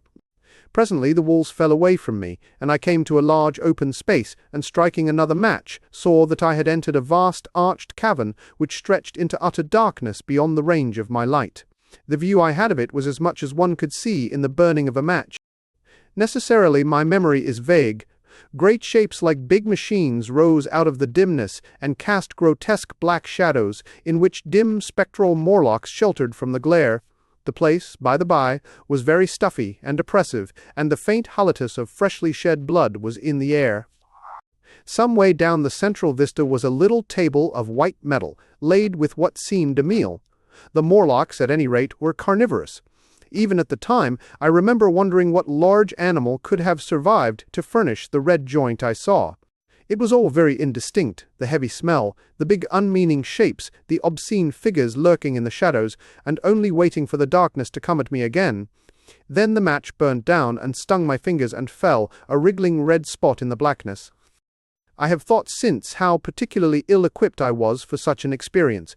When I had started with the time machine, I had started with the absurd assumption that the men of the future would certainly be infinitely ahead of ourselves in all their appliances.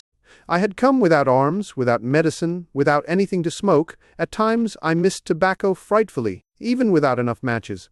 If only I had thought of a Kodak, I could have flashed that glimpse of the underworld in a second, and examined it at leisure. But, as it was, I stood there with only the weapons and the powers that nature had endowed me with, hands, feet, and teeth. These, and 4 safety matches that still remained to me. I was afraid to push my way in among all this machinery in the dark, and it was only with my last glimpse of light I discovered that my store of matches had run low. It had never occurred to me until that moment that there was any need to economize them, and I had wasted almost half the box in astonishing the overworlders, to whom fire was a novelty. Now, as I say, I had 4 left, and while I stood in the dark, a hand touched mine, lank fingers came feeling over my face, and I was sensible of a peculiar, unpleasant odor. I fancied I heard the breathing of a crowd of those dreadful little beings about me. I felt the box of matches in my hand being gently disengaged, and other hands behind me plucking at my clothing. The sense of these unseen creatures examining me was indescribably unpleasant. The sudden realization of my ignorance of their ways of thinking and doing came home to me very vividly in the darkness. I shouted at them as loudly as I could. They started away, and then I could feel them approaching me again. They clutched at me more boldly, whispering odd sounds to each other. I shivered violently, and shouted again, rather discordantly. This time they were not so seriously alarmed, and they made a queer laughing noise as they came back at me. I will confess, I was horribly frightened. I determined to strike another match and escape under the protection of its glare. I did so, and eking out the flicker with a scrap of paper from my pocket, I made good my retreat to the narrow tunnel.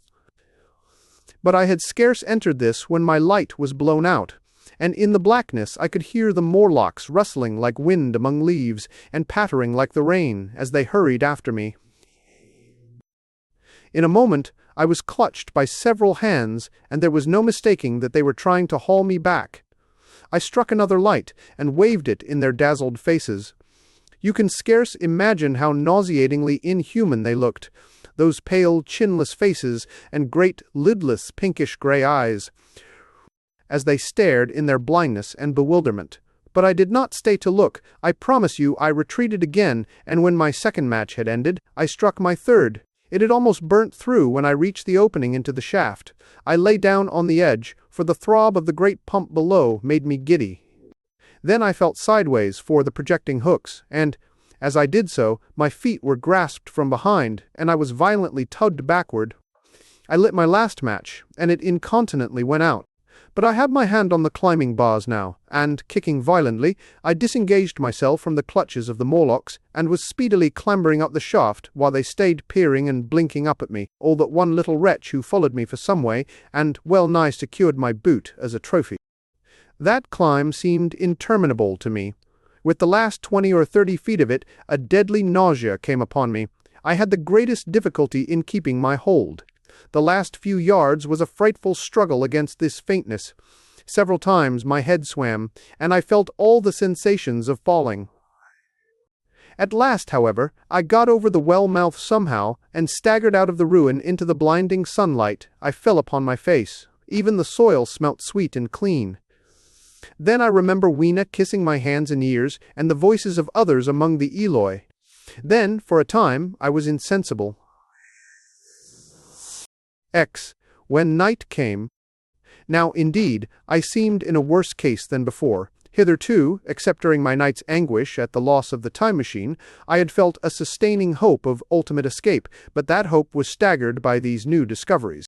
Hitherto I had merely thought myself impeded by the childish simplicity of the little people, and by some unknown forces which I had only to understand to overcome, but there was an altogether new element in the sickening quality of the Morlocks, a something inhuman and malign.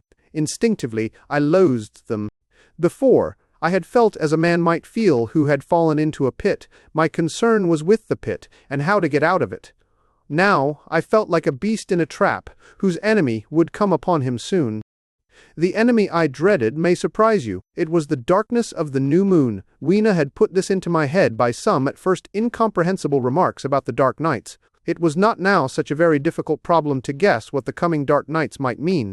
The moon was on the wane. Each night there was a longer interval of darkness, and I now understood to some slight degree at least the reason of the fear of the little upper-world people for the dark.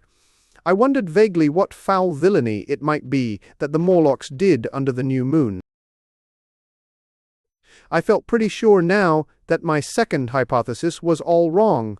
The upper-world people might once have been the favored aristocracy, and the Morlocks their mechanical servants, but that had long since passed away.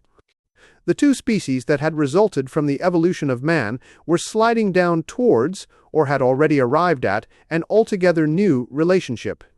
The Eloi, like the Carlovingian kings, had decayed to a mere beautiful futility. They still possessed the earth on sufferance, since the Morlocks, subterranean for innumerable generations, had come at last to find the daylit surface intolerable. And the Morlocks made their garments, I inferred, and maintained them in their habitual needs, perhaps through the survival of an old habit of service. They did it as a standing horse paws with his foot, or as a man enjoys killing animals in sport, because ancient and departed necessities had impressed it on the organism. But, clearly, the old order was already in part reversed. The nemesis of the delicate ones was creeping on apace, or AEDE.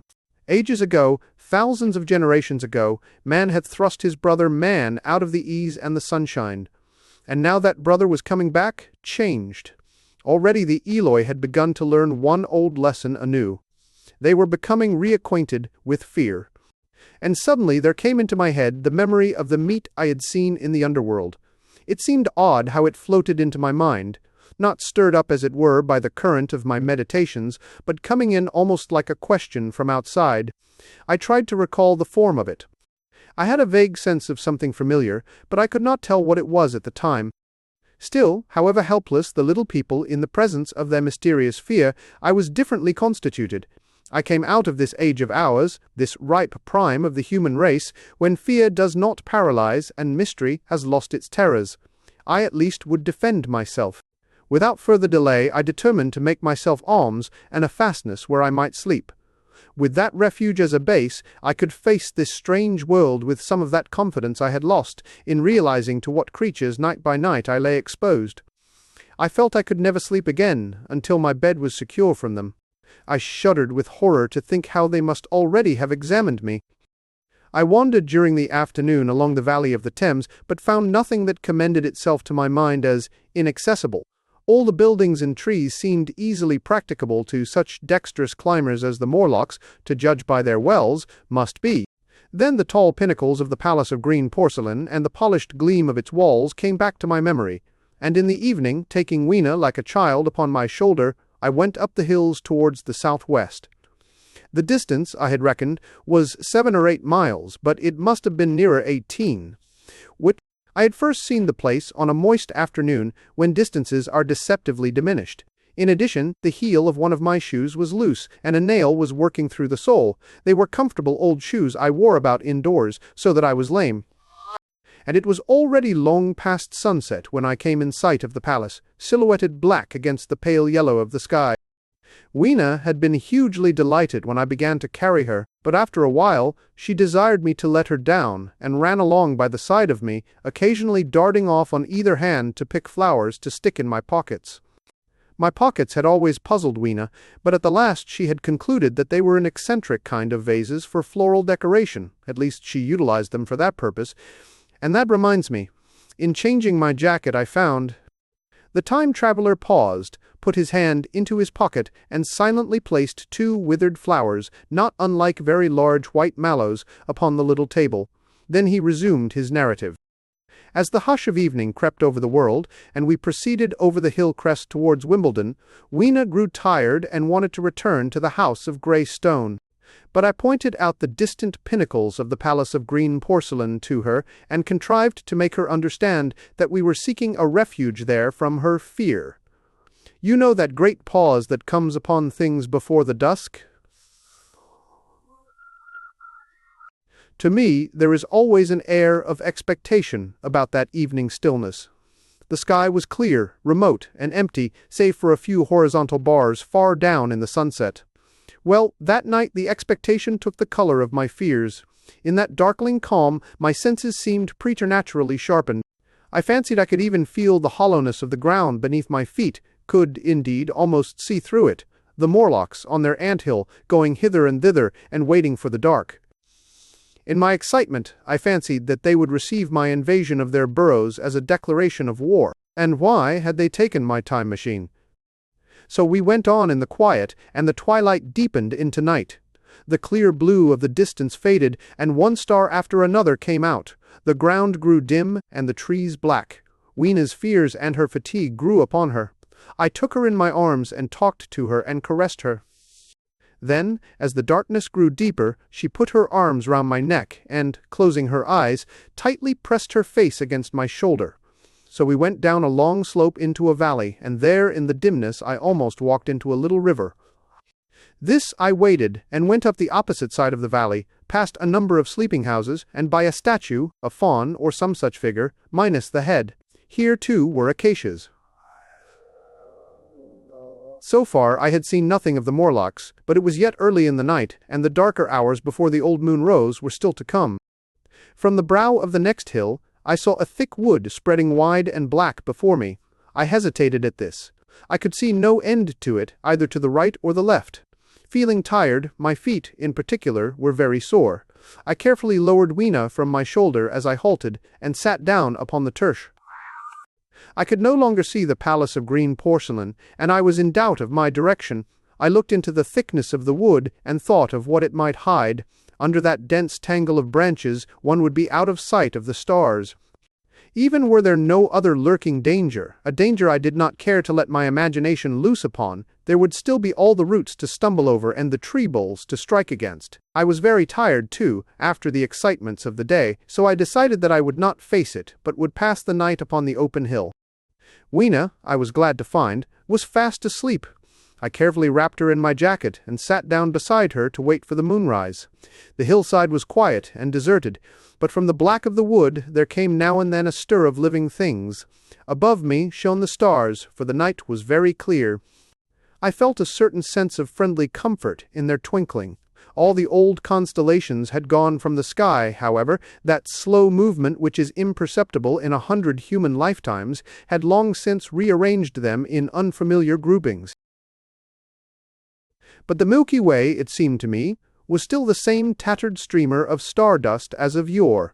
Southward, as I judged it, was a very bright red star that was new to me. It was even more splendid than our own green Sirius.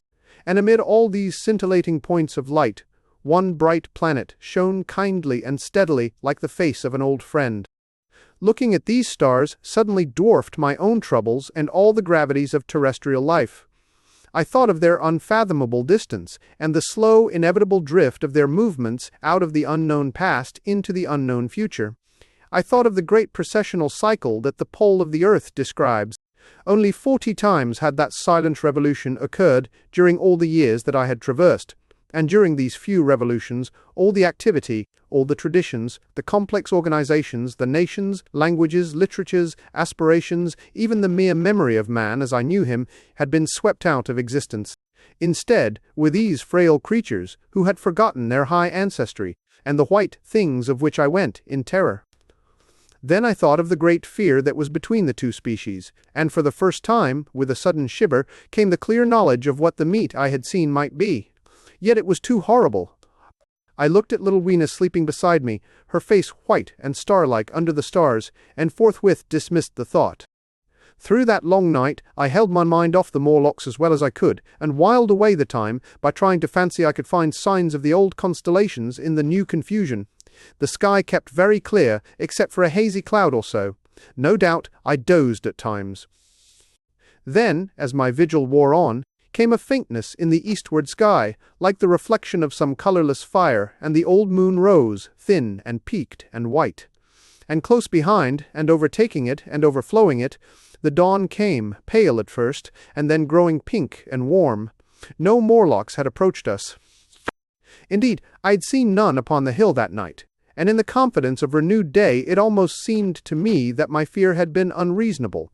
I stood up and found my foot with the loose heel swollen at the ankle and painful under the heel, so I sat down again, took off my shoes, and flung them away. I awakened Weena, and we went down into the wood, now green and pleasant instead of black and forbidding. We found some fruit wherewith to break our fast. We soon met others of the dainty ones, laughing and dancing in the sunlight as though there was no such thing in nature as the night. And then I thought once more of the meat that I had seen. I felt assured now of what it was, and from the bottom of my heart I pitied this last feeble rill from the great flood of humanity. Clearly, at some time in the long ago of human decay, the Morlocks' food had run short.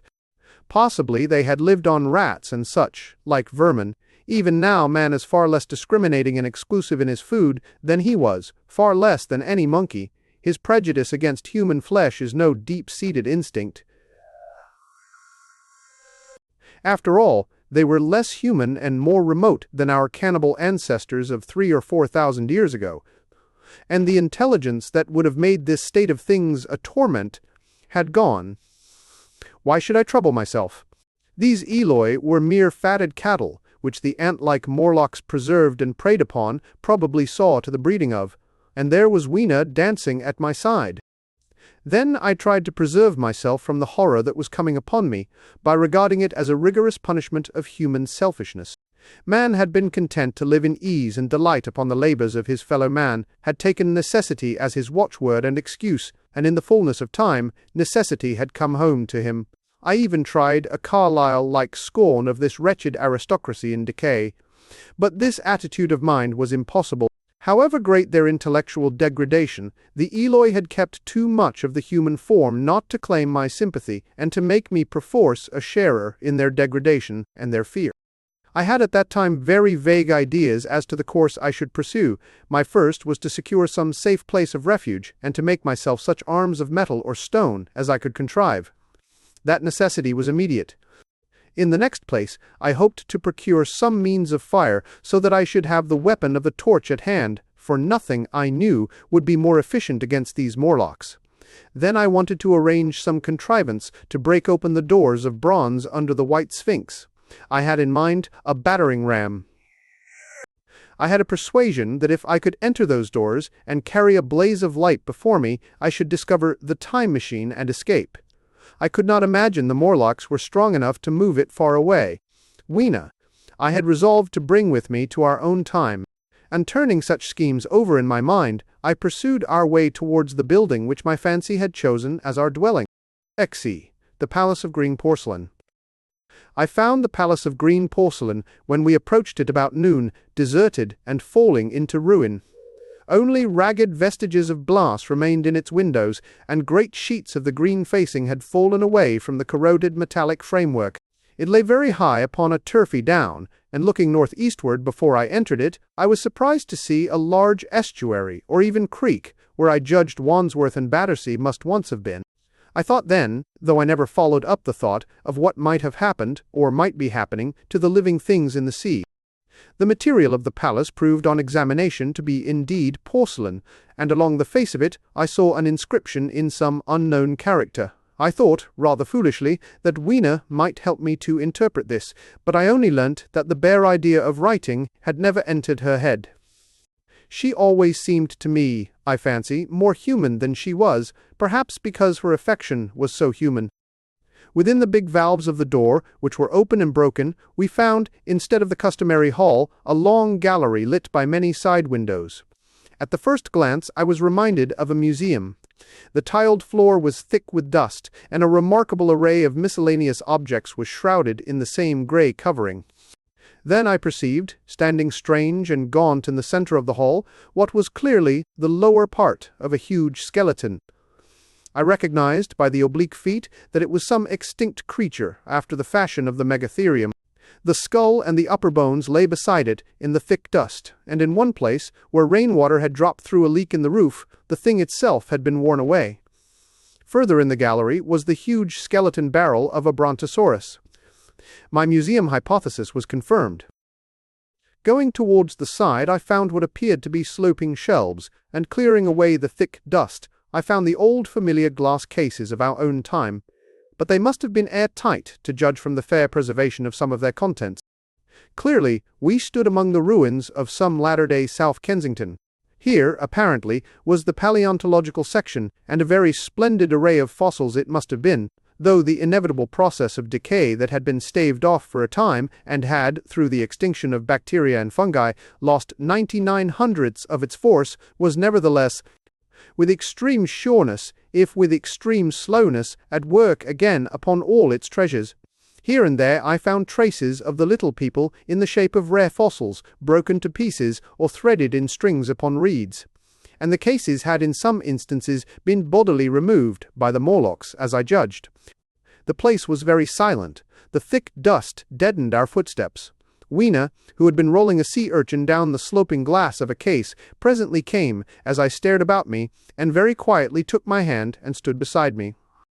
And at first I was so much surprised by this ancient monument of an intellectual age that I gave no thought to the possibilities it presented. Even my preoccupation about the time machine receded a little from my mind. To judge from the size of the place, this palace of green porcelain had a great deal more in it than a gallery of paleontology, possibly historical galleries, it might be, even a library. To me, at least in my present circumstances, these would be vastly more interesting than this spectacle of old-time geology and decay. Exploring, I found another short gallery running transversely to the first. This appeared to be devoted to minerals, and the sight of a block of sulphur set my mind running on gunpowder. But I could find no saltpeter, indeed, no nitrates of any kind. Doubtless they had deliquesced ages ago. Yet the sulphur hung in my mind, and set up a train of thinking. As for the rest of the contents of that gallery, though on the whole they were the best preserved of all I saw, I had little interest. I am no specialist in mineralogy, and I went on down a very ruinous aisle running parallel to the first hall I had entered. Apparently this section had been devoted to natural history, but everything had long since passed out of recognition. A few shriveled and blackened vestiges of what had once been stuffed animals, desiccated mummies in jars that had once held spirit, a brown dust of departed plants. That was all. I was sorry for that, because I should have been glad to trace the patient readjustments by which the conquest of animated nature had been attained. Then we came to a gallery of simply colossal proportions, but singularly ill-lit, the floor of it running downward at a slight angle from the end at which I entered.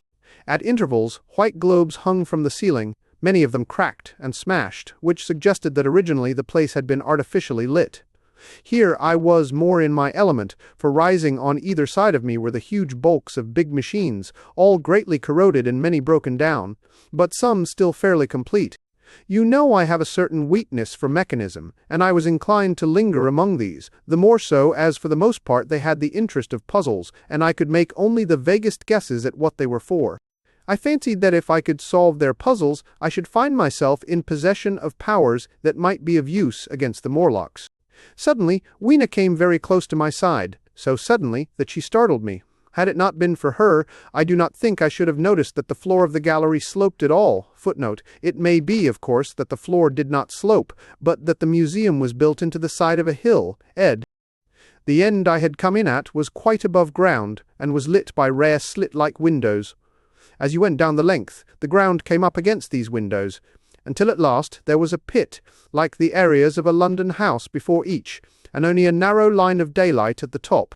I went slowly along, puzzling about the machines, and had been too intent upon them to notice the gradual diminution of the light, until Weena's increasing apprehensions drew my attention. Then I saw that the gallery ran down at last into a thick darkness. I hesitated, and then, as I looked round me, I saw that the dust was less abundant and its surface less even. Further away towards the dimness, it appeared to be broken by a number of small, narrow footprints. My sense of the immediate presence of the Morlocks revived at that. I felt that I was wasting my time in the academic examination of machinery. I called to mind that it was already far advanced in the afternoon, and that I had still no weapon, no refuge, and no means of making a fire. And then, down in the remote blackness of the gallery, I heard a peculiar pattering, and the same odd noises I had heard down the well. I took Weena's hand. Then, struck with a sudden idea, I left her and turned to a machine from which projected a lever not unlike those in a signal box. Clambering upon the stand, and grasping this lever in my hands, I put all my weight upon it sideways. Suddenly, Weena, deserted in the central aisle, began to whimper. I had judged the strength of the lever pretty correctly, for it snapped after a minute's strain, and I rejoined her with a mace in my hand more than sufficient, I judged, for any Morlock skull I might encounter. And I longed very much to kill a Morlock or so. Very inhuman, you may think, to want to go killing one's own descendants. But it was impossible, somehow, to feel any humanity in the things. Only my disinclination to leave Weena, and a persuasion that if I began to slake my thirst for murder my time machine might suffer, restrained me from going straight down the gallery and killing the brutes I heard. Well, mace in one hand and Weena in the other, I went out of that gallery and into another and still larger one, which at the first glance reminded me of a military chapel hung with tattered flags. The brown and charred rags that hung from the sides of it I presently recognized as the decaying vestiges of books. They had long since dropped to pieces, and every semblance of print had left them, but here and there were warped boards and cracked metallic clasps that told the tale well enough. Had I been a literary man, I might, perhaps, have moralized upon the futility of all ambition. But as it was, the thing that struck me with keenest force was the enormous waste of labor to which this sombre wilderness of rotting paper testified. At the time I will confess that I thought chiefly of the Philosophical Transactions and my own 17 papers upon physical optics. Then, going up a broad staircase, we came to what may once have been a gallery of technical chemistry, and here I had not a little hope of useful discoveries. Except at one end, where the roof had collapsed, this gallery was well preserved. I went eagerly to every unbroken case. And at last, in one of the really airtight cases, I found a box of matches. Very eagerly I tried them. They were perfectly good. They were not even damp. I turned to Weena. "Dance," I cried to her in her own tongue, for now I had a weapon indeed against the horrible creatures we feared. And so, in that derelict museum, upon the thick soft carpeting of dust, to Weena's huge delight, I solemnly performed a kind of composite dance, whistling "The Land of the Leal" as cheerfully as I could. In part, it was a modest can-can, in part a step dance, in part a skirt dance so far as my tailcoat permitted, and in part original, for I am naturally inventive, as you know, and fired. Now I still think that for this box of matches to have escaped the wear of time for immemorial years was a most strange, as for me it was a most fortunate thing. Yet, oddly enough, I found a far unlikelier substance, and that was camphor. I found it in a sealed jar, that by chance, I suppose, had been really hermetically sealed.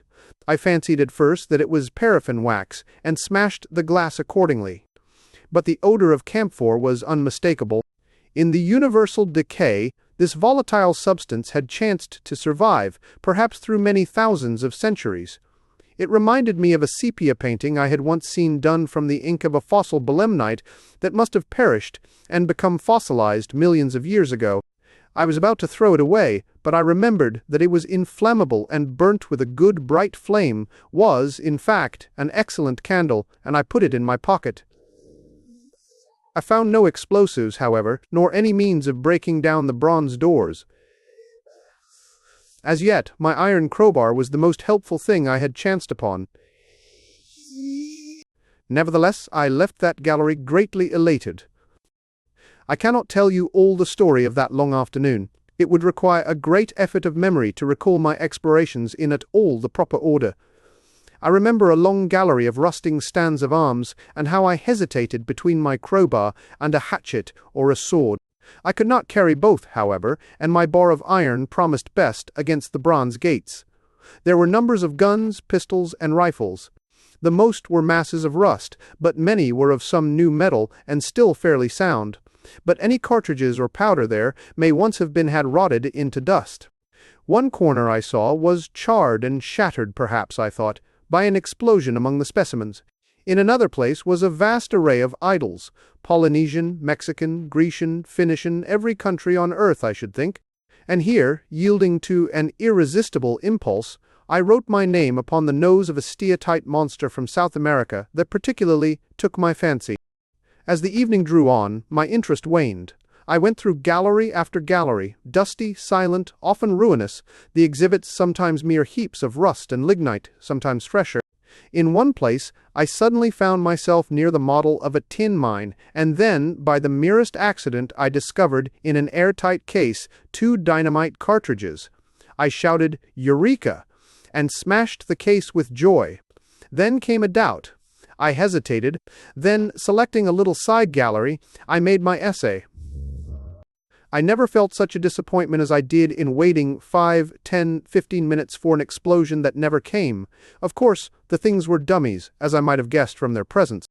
I really believe that had they not been so, I should have rushed off incontinently and blown Sphinx, bronze doors, and, as it proved, my chances of finding the time machine altogether into non-existence.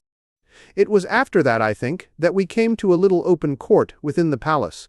It was turfed and had 3 fruit trees, so we rested and refreshed ourselves. Towards sunset, I began to consider our position. Night was creeping upon us, and my inaccessible hiding place had still to be found. But that troubled me very little now. I had in my possession a thing that was, perhaps, the best of all defenses against the Morlocks. I had matches. I had the camphor in my pocket, too, if a blaze were needed. It seemed to me that the best thing we could do would be to pass the night in the open, protected by a fire. In the morning, there was the getting of the time machine. Towards that, as yet, I had only my iron mace, but now, with my growing knowledge, I felt very differently towards those bronze doors. Up to this, I had refrained from forcing them, largely because of the mystery on the other side. They had never impressed me as being very strong, and I hoped to find my bar of iron not altogether inadequate for the work. In the darkness. We emerged from the palace while the sun was still in part above the horizon.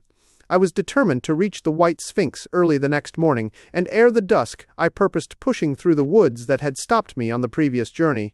My plan was to go as far as possible that night, and then, building a fire, to sleep in the protection of its glare.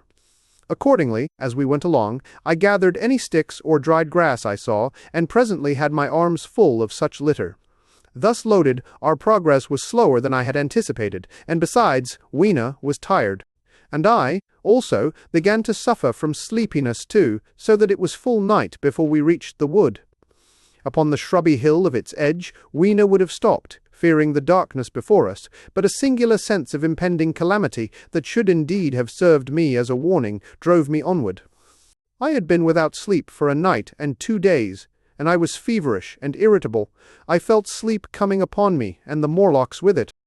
While we hesitated, among the black bushes behind us, and dim against their blackness, I saw 3 crouching figures. There was scrub and long grass all about us, and I did not feel safe from their insidious approach. The forest, I calculated, was rather less than a mile across. If we could get through it to the bare hillside, there, as it seemed to me, was an altogether safer resting place. I thought that with my matches and my camphor I could contrive to keep my path illuminated through the woods. Yet it was evident that if I was to flourish matches with my hands, I should have to abandon my firewood, so, rather reluctantly, I put it down. And then it came into my head that I would amaze our friends behind by lighting it. I was to discover the atrocious folly of this proceeding, but it came to my mind as an ingenious move for covering our retreat. I don't know if you have ever thought what a rare thing flame must be in the absence of man and in a temperate climate.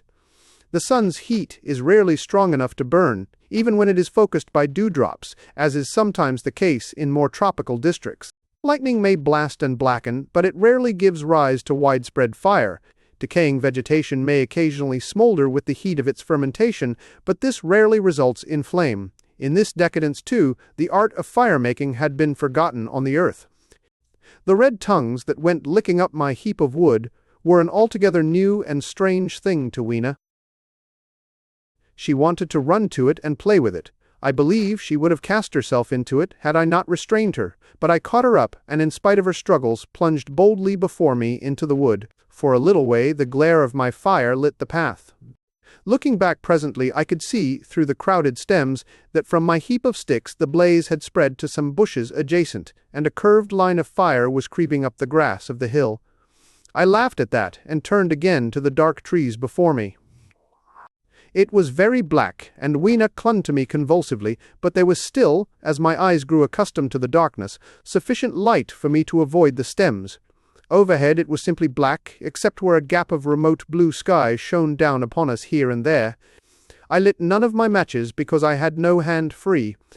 Upon my left arm I carried my little one. In my right hand I had my iron bar. For some way I heard nothing but the crackling twigs under my feet, the faint rustle of the breeze above, and my own breathing, and the throb of the blood vessels in my ears. Then I seemed to know of a pattering behind me. The pattering grew more distinct, and then I caught the same queer sound and voices I had heard in the underworld. There were evidently several of the Morlocks, and they were closing in upon me. Indeed, in another minute I felt a tug at my coat, then something at my arm. And Weena shivered violently, and became quite still. It was time for a match, but to get one I must put her down. I did so, and, as I fumbled with my pocket, a struggle began in the darkness about my knees, perfectly silent on her part, and with the same peculiar cooing sounds from the Morlocks. Soft little hands, too, were creeping over my coat and back, touching even my neck. The match scratched and fizzed. I held it flaring, and saw the white backs of the Morlocks in flight amid the trees. I hastily took a lump of camphor from my pocket, and prepared to light it as soon as the match should wane. Then I looked at Weena. She was lying clutching my feet, and quite motionless, with her face to the ground. With a sudden fright I stooped to her. She seemed scarcely to breathe. I lit the block of camphor and flung it to the ground, and as it split and flared up and drove back the Morlocks and the shadows, I knelt down and lifted her. The wood behind seemed full of the stir and murmur of a great company. She seemed to have fainted. I put her carefully upon my shoulder and rose to push on, and then there came a horrible realization. In manoeuvring with my matches and Weena, I had turned myself about several times, and now I had not the faintest idea in what direction lay my path. For all I knew, I might be facing back towards the Palace of Green Porcelain. I found myself in a cold sweat. I had to think rapidly what to do. I determined to build a fire and encamp where we were. I put Weena, still motionless, down upon a turfy bowl, and very hastily, as my first lump of camphor waned, I began collecting sticks and leaves. Here and there, out of the darkness round me, the Morlock's eyes shone like carbuncles. The camphor flickered and went out. I lit a match, and as I did so, two white forms that had been approaching Weena dashed hastily away. One was so blinded by the light that he came straight for me, and I felt his bones grind under the blow of my fist. He gave a whoop of dismay, staggered a little way, and fell down. I lit another piece of camphor, and went on gathering my bonfire. Presently I noticed how dry was some of the foliage above me, for since my arrival on the time machine, a matter of a week, no rain had fallen. So, instead of casting about among the trees for fallen twigs, I began leaping up and dragging down branches. Very soon I had a choking, smoky fire of green wood and dry sticks, and could economize my camphor. Then I turned to where Weena lay beside my iron mace. I tried what I could to revive her, but she lay like one dead. I could not even satisfy myself whether or not she breathed. Now, the smoke of the fire beat over towards me, and it must have made me heavy of a sudden. Moreover, the vapor of camphor was in the air. My fire would not need replenishing for an hour or so. I felt very weary after my exertion, and sat down. The wood, too, was full of a slumberous murmur that I did not understand. I seemed just to nod and open my eyes. But all was dark, and the Morlocks had their hands upon me. Flinging off their clinging fingers, I hastily felt in my pocket for the matchbox, and it had gone. Then they gripped and closed with me again. I had slept, and my fire had gone out, and the bitterness of death came over my soul. The forest seemed full of the smell of burning wood. I was caught by the neck, by the hair, by the arms, and pulled down. It was indescribably horrible in the darkness to feel all these soft creatures heaped upon me. I felt as if I was in a monstrous spider's web. I was overpowered, and went down. I felt little teeth nipping at my neck. I rolled over, and as I did so, my hand came against my iron lever. It gave me strength. I struggled up, shaking the human rats from me, and, holding the bar short, I thrust where I judged their faces might be. I could feel the succulent giving of flesh and bone under my blows, and for a moment I was free. The strange exultation that so often seems to accompany hard fighting came upon me. I knew that both I and Weena were lost, but I determined to make the Morlocks pay for their meat. I stood with my back to a tree, swinging the iron bar before me. The whole wood was full of the stir and cries of them. A minute passed. Their voices seemed to rise to a higher pitch of excitement, and their movements grew faster. Yet none came within reach. I stood glaring at the blackness. Then suddenly came hope. What if the Morlocks were afraid? And close on the heels of that came a strange thing. The darkness seemed to grow luminous. Very dimly I began to see the Morlocks about me. 3 battered at my feet, and then I recognized, with incredulous surprise, that the others were running in an incessant stream, as it seemed, from behind me and away through the wood in front. And their backs seemed no longer white, but reddish. As I stood agape, I saw a little red spark go drifting across a gap of starlight between the branches and vanish. And at that I understood the smell of burning wood, the slumberous murmur that was growing now into a gusty roar, the red glow, and the Morlock's flight. Stepping out from behind my tree and looking back, I saw through the black pillars of the nearer trees the flames of the burning forest. It was my first fire coming after me. With that I looked for Weena, but she was gone. The hissing and crackling behind me, the explosive thud as each fresh tree burst into flame, left little time for reflection. My iron bar still gripped, I followed in the Morlock's path. It was a close race. Once the flames crept forward so swiftly on my right as I ran that I was outflanked and had to strike off to the left.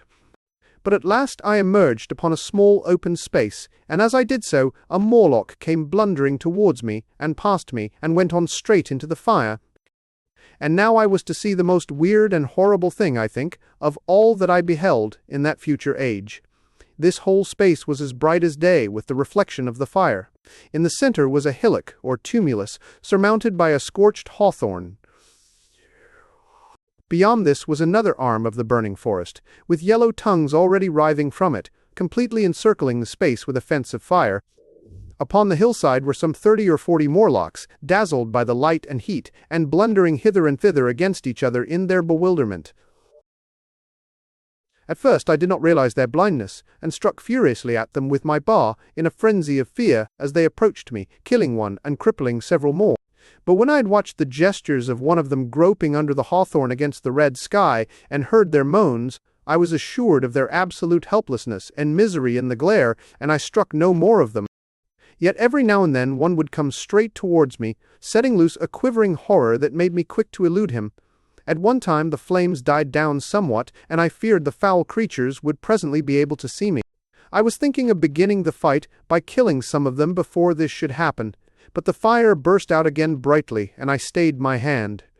I walked about the hill among them and avoided them, looking for some trace of Weena. At last I sat down on the summit of the hillock, and watched this strange, incredible company of blind things groping to and fro, and making uncanny noises to each other as the glare of the fire beat on them. The coiling uprush of smoke streamed across the sky, and through the rare tatters of that red canopy, remote as though they belonged to another universe, shone the little stars. 2 or 3 Morlocks came blundering into me, and I drove them off with blows of my fists, trembling as I did so.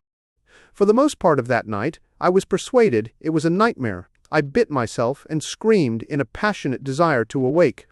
I beat the ground with my hands, and got up and sat down again, and wandered here and there, and again sat down. Then I would fall to rubbing my eyes, and calling upon God to let me awake.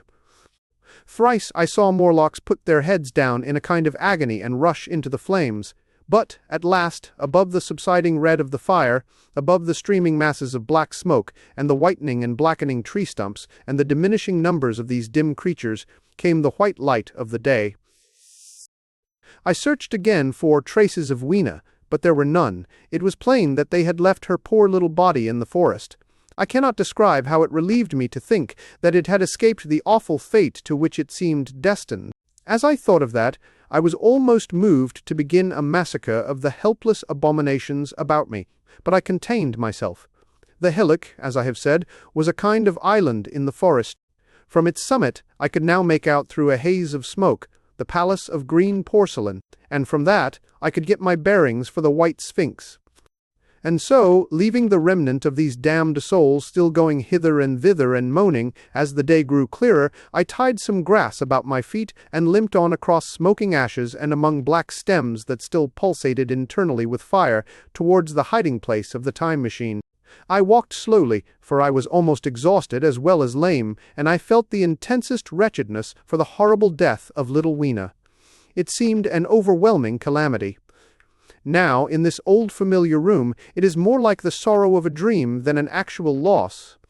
But that morning it left me absolutely lonely again, terribly alone. I began to think of this house of mine, of this fireside, of some of you, and with such thoughts came a longing that was pain. But, as I walked over the smoking ashes under the bright morning sky, I made a discovery. In my trouser pocket were still some loose matches. The box must have leaked before it was lost. The trap of the White Sphinx. About 8 or 9 in the morning I came to the same seat of yellow metal from which I had viewed the world upon the evening of my arrival. I thought of my hasty conclusions upon that evening, and could not refrain from laughing bitterly at my confidence.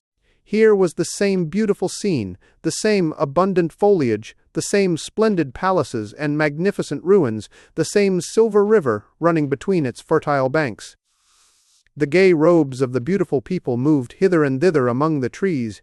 Some were bathing in exactly the place where I had saved Weena, and that suddenly gave me a keen stab of pain, and like blots upon the landscape rose the cupolas above the ways to the underworld. I understood now what all the beauty of the overworld people covered. Very pleasant was their day, as pleasant as the day of the cattle in the field. Like the cattle, they knew of no enemies and provided against no needs, and their end was the same. I grieved to think how brief the dream of the human intellect had been. It had committed suicide. It had set itself steadfastly towards comfort and ease, a balanced society with security and permanency as its watchword.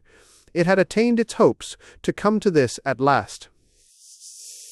Once, life and property must have reached almost absolute safety. The rich had been assured of his wealth and comfort, the toiler assured of his life and work. No doubt in that perfect world there had been no unemployed problem, no social question left unsolved, and a great quiet had followed. It is a law of nature we overlook, that intellectual versatility is the compensation for change, danger, and trouble. An animal perfectly in harmony with its environment is a perfect mechanism. Nature never appeals to intelligence until habit and instinct are useless. There is no intelligence where there is no change, and no need of change. Only those animals partake of intelligence that have to meet a huge variety of needs and dangers. So, as I see it, the upperworld man had drifted towards his feeble prettiness, and the underworld to mere mechanical industry. But that perfect state had lacked one thing even for mechanical perfection: absolute permanency. Apparently, as time went on, the feeding of an underworld, however it was effected, had become disjointed. Mother Necessity, who had been staved off for a few thousand years, came back again, and she began below. the underworld being in contact with machinery, which, however perfect, still needs some little thought-outside habit, had probably retained perforce rather more initiative, if less of every other human character, than the upper. And when other meat failed them, they turned to what old habit had hitherto forbidden. So I say, I saw it in my last view of the world of 802,701. It may be as wrong an explanation as mortal wit could invent. It is how the thing shaped itself to me, and as that I give it to you. After the fatigues, excitements, and terrors of the past days, and in spite of my grief, this seat, and the tranquil view, and the warm sunlight were very pleasant. I was very tired and sleepy, and soon my theorizing passed into dozing. Catching myself at that, I took my own hint, and spreading myself out upon the turf, I had a long and refreshing sleep. I awoke a little before sunsetting. I now felt safe against being caught napping by the Morlocks, and, stretching myself, I came on down the hill towards the White Sphinx. I had my crowbar in one hand, and the other hand played with the matches in my pocket. And now came a most unexpected thing. As I approached the pedestal of the Sphinx, I found the bronze valves were open. They had slid down into grooves. At that I stopped short before them, hesitating to enter. Within was a small apartment, and on a raised place in the corner of this was the time machine. I had the small levers in my pocket. So here, after all my elaborate preparations for the siege of the White Sphinx, was a meek surrender.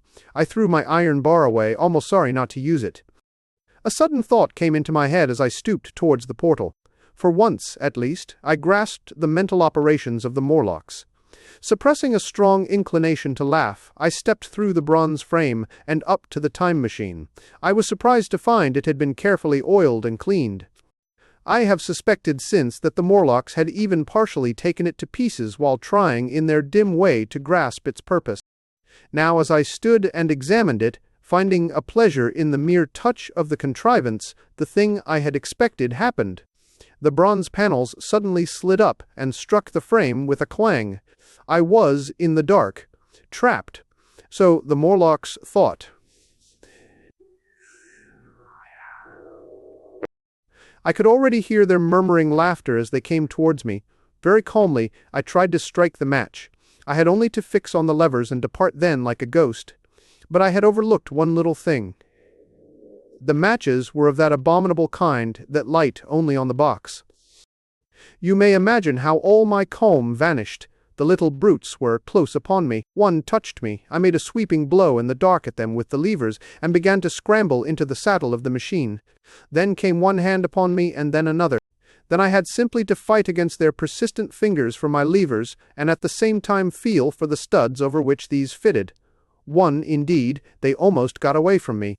As it slipped from my hand, I had to butt in the dark with my head. I could hear the Morlock's skull ring to recover it. It was a nearer thing than the fight in the forest, I think, this last scramble. But at last the lever was fixed and pulled over. The clinging hands slipped from me. The darkness presently fell from my eyes. I found myself in the same grey light and tumult I have already described. Sieve. The further vision. The further vision. I have already told you of the sickness and confusion that comes with time traveling. And this time I was not seated properly in the saddle, but sideways and in an unstable fashion. For an indefinite time I clung to the machine as it swayed and vibrated, quite unheeding how I went, and when I brought myself to look at the dials again, I was amazed to find where I had arrived. One dial records days, and another thousands of days, another millions of days, and another thousands of millions. Now, instead of reversing the levers, I had pulled them over so as to go forward with them, and when I came to look at these indicators, I found that the thousands hand was sweeping round as fast as the seconds hand of a watch into futurity. As I drove on, a peculiar change crept over the appearance of things. The palpitating greyness grew darker. Then, though I was still travelling with prodigious velocity, the blinking succession of day and night, which was usually indicative of a slower pace, returned, and grew more and more marked. This puzzled me very much at first. The alternations of night and day grew slower, and so did the passage of the sun across the sky, until they seemed to stretch through centuries. At last a steady twilight brooded over the earth, a twilight only broken now and then when a comet glared across the darkling sky. The band of light that had indicated the sun had long since disappeared, for the sun had ceased to set. It simply rose and fell in the west, and grew ever broader and more red. All trace of the moon had vanished. The circling of the stars, growing slower and slower, had given place to creeping points of light. At last, some time before I stopped, the sun, red and very large, halted motionless upon the horizon, a vast dome glowing with a dull heat, and now and then suffering a momentary extinction. At one time, it had for a little while glowed more brilliantly again, but it speedily reverted to its sullen red heat. I perceived by this slowing down of its rising and setting that the work of the tidal drag was done. The earth had come to rest with one face to the sun, even as in our own time the moon faces the earth. Very cautiously, for I remembered my former headlong fall, I began to reverse my motion. Slower and slower went the circling hands, until the thousands one seemed motionless, and the daily one was no longer a mere mist upon its scale. Still slower, until the dim outlines of a desolate beach grew visible. I stopped very gently, and sat upon the time machine, looking round. The sky was no longer blue. Northeastward it was inky black, and out of the blackness shone brightly and steadily the pale white stars. Overhead it was a deep Indian red and starless, and southeastward it grew brighter to a glowing scarlet where, cut by the horizon, lay the huge hull of the sun, red and motionless. The rocks about me were of a harsh reddish color, and all the trace of life that I could see at first was the intensely green vegetation that covered every projecting point on their southeastern face. It was the same rich green that one sees on forest moss, or on the lichen in caves, plants which, like these, grow in a perpetual twilight. The machine was standing on a sloping beach. The sea stretched away to the southwest, to rise into a sharp, bright horizon against the wan sky. There were no breakers and no waves, for not a breath of wind was stirring. Only a slight, oily swell rose and fell like a gentle breathing, and showed that the eternal sea was still moving and living. And along the margin where the water sometimes broke was a thick incrustation of salt, pink, under the lurid sky. There was a sense of oppression in my head, and I noticed that I was breathing very fast. The sensation reminded me of my only experience of mountaineering, and from that I judged the air to be more rarefied than it is now. Far away up the desolate slope I heard a harsh scream, and saw a thing like a huge white butterfly go slanting and fluttering up into the sky, and, circling, disappear over some low hillocks beyond. The sound of its voice was so dismal that I shivered and seated myself more firmly upon the machine. Looking round me again, I saw that, quite near, what I had taken to be a reddish mass of rock was moving slowly towards me. Then I saw the thing was really a monstrous crab-like creature. Can you imagine a crab as large as yonder table, with its many legs moving slowly and uncertainly, its big claws swaying, its long antennae, like carters' whips, waving and feeling, and its stalked eyes gleaming at you on either side of its metallic front? Its back was corrugated and ornamented with ungainly bosses, and a greenish incrustation blotched it here and there. I could see the many palps of its complicated mouth flickering and feeling as it moved. As I stared at this sinister apparition crawling towards me, I felt a tickling on my cheek as though a fly had lighted there. I tried to brush it away with my hand, but in a moment it returned, and almost immediately came another by my ear. I struck at this, and caught something thread-like. It was drawn swiftly out of my hand. With a frightful qualm, I turned, and I saw that I had grasped the antenna of another monster crab that stood just behind me. Its evil eyes were wriggling on their stalks, its mouth was all alive with appetite, and its vast ungainly claws, smeared with an algal slime, were descending upon me. In a moment my hand was on the lever, and I had placed a month between myself and these monsters. But I was still on the same beach, and I saw them distinctly now as soon as I stopped. Dozens of them seemed to be crawling here and there in the somber light among the foliated sheets of intense green. I cannot convey the sense of abominable desolation that hung over the world. The red eastern sky, the northward blackness, the salt, dead sea, the stony beach crawling with these foul, slow-stirring monsters, the uniform poisonous-looking green of the lichenous plants, the thin air that hurts one's lungs, all contributed to an appalling effect. I moved on 100 years, and there was the same red sun, a little larger, a little duller, the same dying sea, the same chill air, and the same crowd of earthy crustacea creeping in and out among the green weed and the red rocks. And in the westward sky, I saw a curved pale line like a vast new moon. So I traveled, stopping ever and again, in great strides of 1,000 years or more, drawn on by the mystery of the earth's fate, watching with a strange fascination the sun grow larger and duller in the westward sky, and the life of the old earth ebb away. At last, more than 30 million years hence, the huge red-hot dome of the sun had come to obscure nearly a 10th part of the darkling heavens. Then I stopped once more, for the crawling multitude of crabs had disappeared, and the red beach, save for its livid green liverworts and lichens, seemed lifeless. And now it was flecked with white. A bitter cold assailed me. Rare white flakes ever and again came eddying down. To the north-eastward, the glare of snow lay under the starlight of the sable sky, and I could see an undulating crest of hillocks, pinkish-white. There were fringes of ice along the sea margin, with drifting masses farther out, but the main expanse of that salt ocean, all bloody under the eternal sunset, was still unfrozen. I looked about me to see if any traces of animal life remained. A certain indefinable apprehension still kept me in the saddle of the machine, but I saw nothing moving, in earth or sky or sea. The green slime on the rocks alone testified that life was not extinct. A shallow sand bank had appeared in the sea, and the water had receded from the beach. I fancied I saw some black object flopping about upon this bank, but it became motionless as I looked at it, and I judged that my eye had been deceived, and that the black object was merely a rock. The stars in the sky were intensely bright, and seemed to me to twinkle very little. Suddenly I noticed that the circular westward outline of the sun had changed, that a concavity, a bay, had appeared in the curve. I saw this grow larger for a minute. Perhaps I stared aghast at this blackness that was creeping over the day, and then I realized that an eclipse was beginning. Either the moon or the planet, Mercury, was passing across the sun's disk. Naturally, at first I took it to be the moon, but there is much to incline me to believe that what I really saw was the transit of an inner planet passing very near to the earth. The darkness grew apace. A cold wind began to blow in freshening gusts from the east, and the showering white flakes in the air increased in number. From the edge of the sea came a ripple and whisper. Beyond these lifeless sounds, the world was silent. Silent? All the sounds of man, the bleating of sheep, the cries of birds, the hum of insects, the stir that makes the background of our lives, all that was over.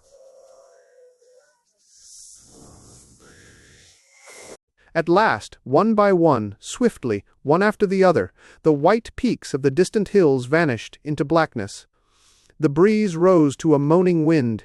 I saw the black central shadow of the eclipse sweeping towards me. In another moment, the pale stars alone were visible. All else was rayless obscurity. The sky was absolutely black. A horror of this great darkness came on me. The cold that smote to my marrow and the pain I felt in breathing overcame me. I shivered, and a deadly nausea seized me. Then, like a red-hot bow in the sky, appeared the edge of the sun.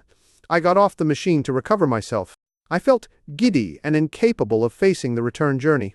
As I stood sick and confused, I saw again the moving thing upon the shoal. There was no mistake now that it was a moving thing, against the red water of the sea. It was a round thing, the size of a football perhaps, or it may be bigger, and tentacles trailed down from it. It seemed black against the weltering blood-red water, and it was hopping fitfully about. Then I felt I was fainting. But a terrible dread of lying helpless in that remote and awful twilight sustained me while I clambered upon the saddle. XV. The Time Traveler's Return. So I came back. For a long time I must have been insensible upon the machine. The blinking succession of the days and nights was resumed. The sun got golden again, the sky blue. I breathed with greater freedom. The fluctuating contours of the land ebbed and flowed. The hands spun backward upon the dials. At last I saw again the dim shadows of houses, the evidences of decadent humanity. These, too, changed and passed, and others came. Presently, when the million dial was at 0, I slackened speed. I began to recognize our own pretty and familiar architecture. The thousands hand ran back to the starting point. The night and day flapped slower and slower. Then the old walls of the laboratory came round me. Very gently now, I slowed the mechanism down. I saw one little thing that seemed odd to me. I think I have told you that when I set out, before my velocity became very high, Mrs. Watchett had walked across the room, travelling, as it seemed to me, like a rocket. As I returned, I passed again across that minute when she traversed the laboratory. But now her every motion appeared to be the exact inversion of her previous ones. The door at the lower end opened, and she glided quietly up the laboratory, back foremost, and disappeared behind the door by which she had previously entered. Just before that, I seemed to see Hillier for a moment.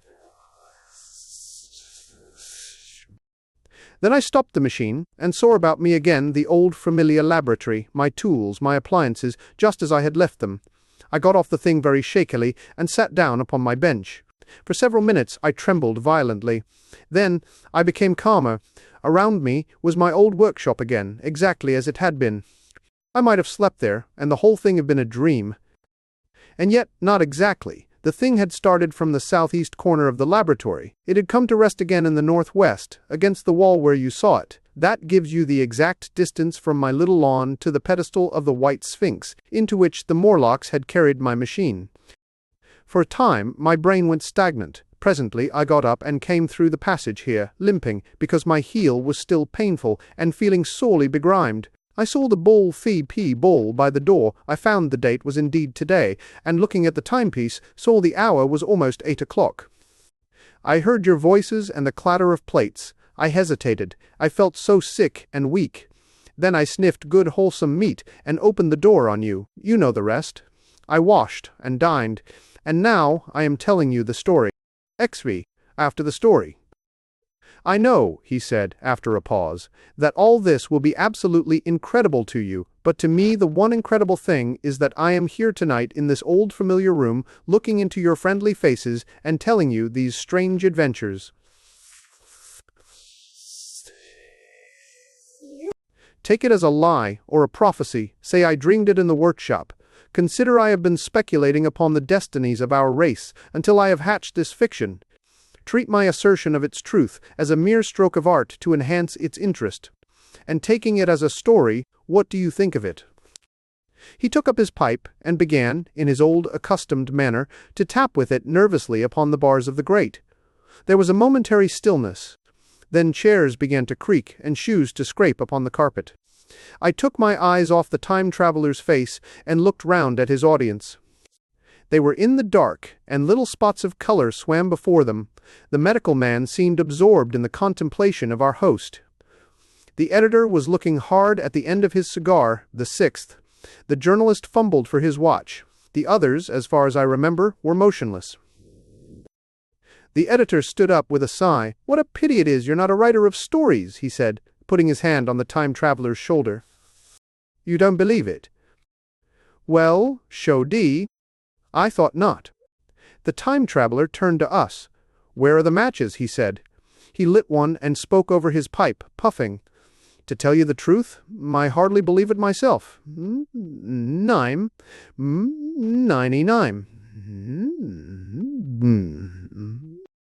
His eye fell with a mute inquiry upon the withered white flowers upon the little table. Then he turned over the hand holding his pipe, and I saw he was looking at some half-healed scars on his knuckles. The medical man rose, came to the lamp, and examined the flowers. "The gynoecium's odd," he said. The psychologist leant forward to see, holding out his hand for a specimen. "I'm hanged if it isn't 1:45, said the journalist. "How shall we get home?" "Plenty of cabs at the station," said the psychologist. "It's a curious thing," said the medical man, "but I certainly don't know the natural order of these flowers. May I have them?" The time-traveler hesitated. Then suddenly, "Certainly not." "Where did you really get them?" said the medical man. The time-traveler put his hand to his head. He spoke like one who was trying to keep hold of an idea that eluded him. "They were put into my pocket by Weena when I traveled into time." He stared round the room. "I'm damned if it isn't all going. This room and you and the atmosphere of every day is too much for my memory. Did I ever make a time machine, or a model of a time machine? Or is it all only a dream? They say life is a dream, a precious poor dream at times, but I can't stand another that won't fit. It's madness. And where did the dream come from? I must look at that machine, if there is one. He caught up the lamp swiftly and carried it, flaring red, through the door into the corridor. We followed him. There, in the flickering light of the lamp, was the machine, sure enough. Squat, ugly, and askew. A thing of brass, ebony, ivory, and translucent, glimmering quartz. Solid to the touch, for I put out my hand and felt the rail of it, and with brown spots and smears upon the ivory, and bits of grass and moss upon the lower parts, and one rail bent awry. The time-traveler put the lamp down on the bench, and ran his hand along the damaged rail. "It's all right now," he said. "The story I told you was true. I'm sorry to have brought you out here in the cold." He came into the hall with us and helped the editor on with his coat. The medical man looked into his face and, with a certain hesitation, told him he was suffering from overwork, at which he laughed hugely. I remember him standing in the open doorway, bawling, "Good night." I shared a cab with the editor. He thought the tale a gaudy lie. For my own part, I was unable to come to a conclusion. The story was so fantastic and incredible, the telling so credible and sober. I lay awake most of the night thinking about it. I determined to go next day and see the time-traveler again. I was told he was in the laboratory, and being on easy terms in the house, I went up to him. The laboratory, however, was empty. I stared for a minute at the time machine and put out my hand and touched the lever. At that, the squat, substantial-looking mass swayed like a bough shaken by the wind. Its instability startled me extremely, and I had a queer reminiscence of the childish days when I used to be forbidden to meddle. I came back through the corridor. The time-traveler met me in the smoking room. He was coming from the house. He had a small camera under one arm and a knapsack under the other. He laughed when he saw me, and gave me an elbow to shake. "I'm frightfully busy," said he, "with that thing in there." "But is it not some hoax?" I said. "Do you really travel through time?" "Really and truly I do." And he looked frankly into my eyes. He hesitated. His eye wandered about the room. "I only want half an hour," he said. "I know why you came, and it's awfully good of you. There's some magazines here. If you'll stop to lunch, I'll prove you this time traveling up to the hilt, specimens and all." "If you'll forgive my leaving you now—" I consented, hardly comprehending then the full import of his words, and he nodded and went on down the corridor. I heard the door of the laboratory slam, seated myself in a chair, and took up a daily paper. What was he going to do before lunchtime? Then suddenly I was reminded by an advertisement that I had promised to meet Richardson, the publisher, at 2. I looked at my watch and saw that I could barely save that engagement. I got up and went down the passage to tell the time-traveler. As I took hold of the handle of the door, I heard an exclamation, oddly truncated at the end, and a click and a thud. A gust of air whirled round me as I opened the door, and from within came the sound of broken glass falling on the floor. I seemed to see a ghostly, indistinct figure sitting in a whirling mass of black and brass for a moment, a figure so transparent that the bench behind with its sheets of drawings was absolutely distinct. But this phantasm vanished as I rubbed my eyes. Save for a subsiding stir of dust, the further end of the laboratory was empty. A pane of the skylight had, apparently, just been blown in. I felt an unreasonable amazement. I knew that something strange had happened, and for the moment could not distinguish what the strange thing might be. As I stood staring, the door into the garden opened, and the manservant appeared. We looked at each other. Then ideas began to come. "Has Mr. gone out that way?" said I. "No, sir. No one has come out this way. I was expecting to find him here." At that I understood. At the risk of disappointing Richardson, I stayed on, waiting for the time-traveler, waiting for the second, perhaps still stranger story, and the specimens and photographs he would bring with him. But I am beginning now to fear that I must wait a lifetime. And, as everybody knows now, he has never returned. Epilogue. One cannot choose but wonder. Will he ever return? It may be that he swept back into the past and fell among the blood-drinking hairy savages of the age of unpolished stone, into the abysses of the Cretaceous Sea, or among the grotesque saurians, the huge reptilian brutes of the Jurassic times. He may even now, if I may use the phrase, be wandering on some plesiosaurus-haunted oolitic coral reef, or beside the lonely saline seas of the Triassic Age. Or did he go forward into one of the nearer ages in which men are still men, but with the riddles of our own time answered and its wearisome problems solved? Into the manhood of the race, for I, for my own part, cannot think that these latter days of weak experiment, fragmentary theory, and mutual discord are indeed man's culminating time. I say, for my own part. He, I know, for the question had been discussed among us long before the time machine was made, thought but cheerlessly of the advancement of mankind, and saw in the growing pile of civilization only a foolish heaping that must inevitably fall back upon and destroy its makers in the end. If that is so, it remains for us to live as though it were not so. But to me the future is still black and blank, is a vast ignorance lit at a few casual places by the memory of his story. And I have by me, for my comfort, 2 strange white flowers, shriveled now, and brown and flat and brittle, to witness that even when mind and strength had gone, gratitude and a mutual tenderness still lived on in the heart of man. Thanks for listening to The Time Machine by H.G. Wells.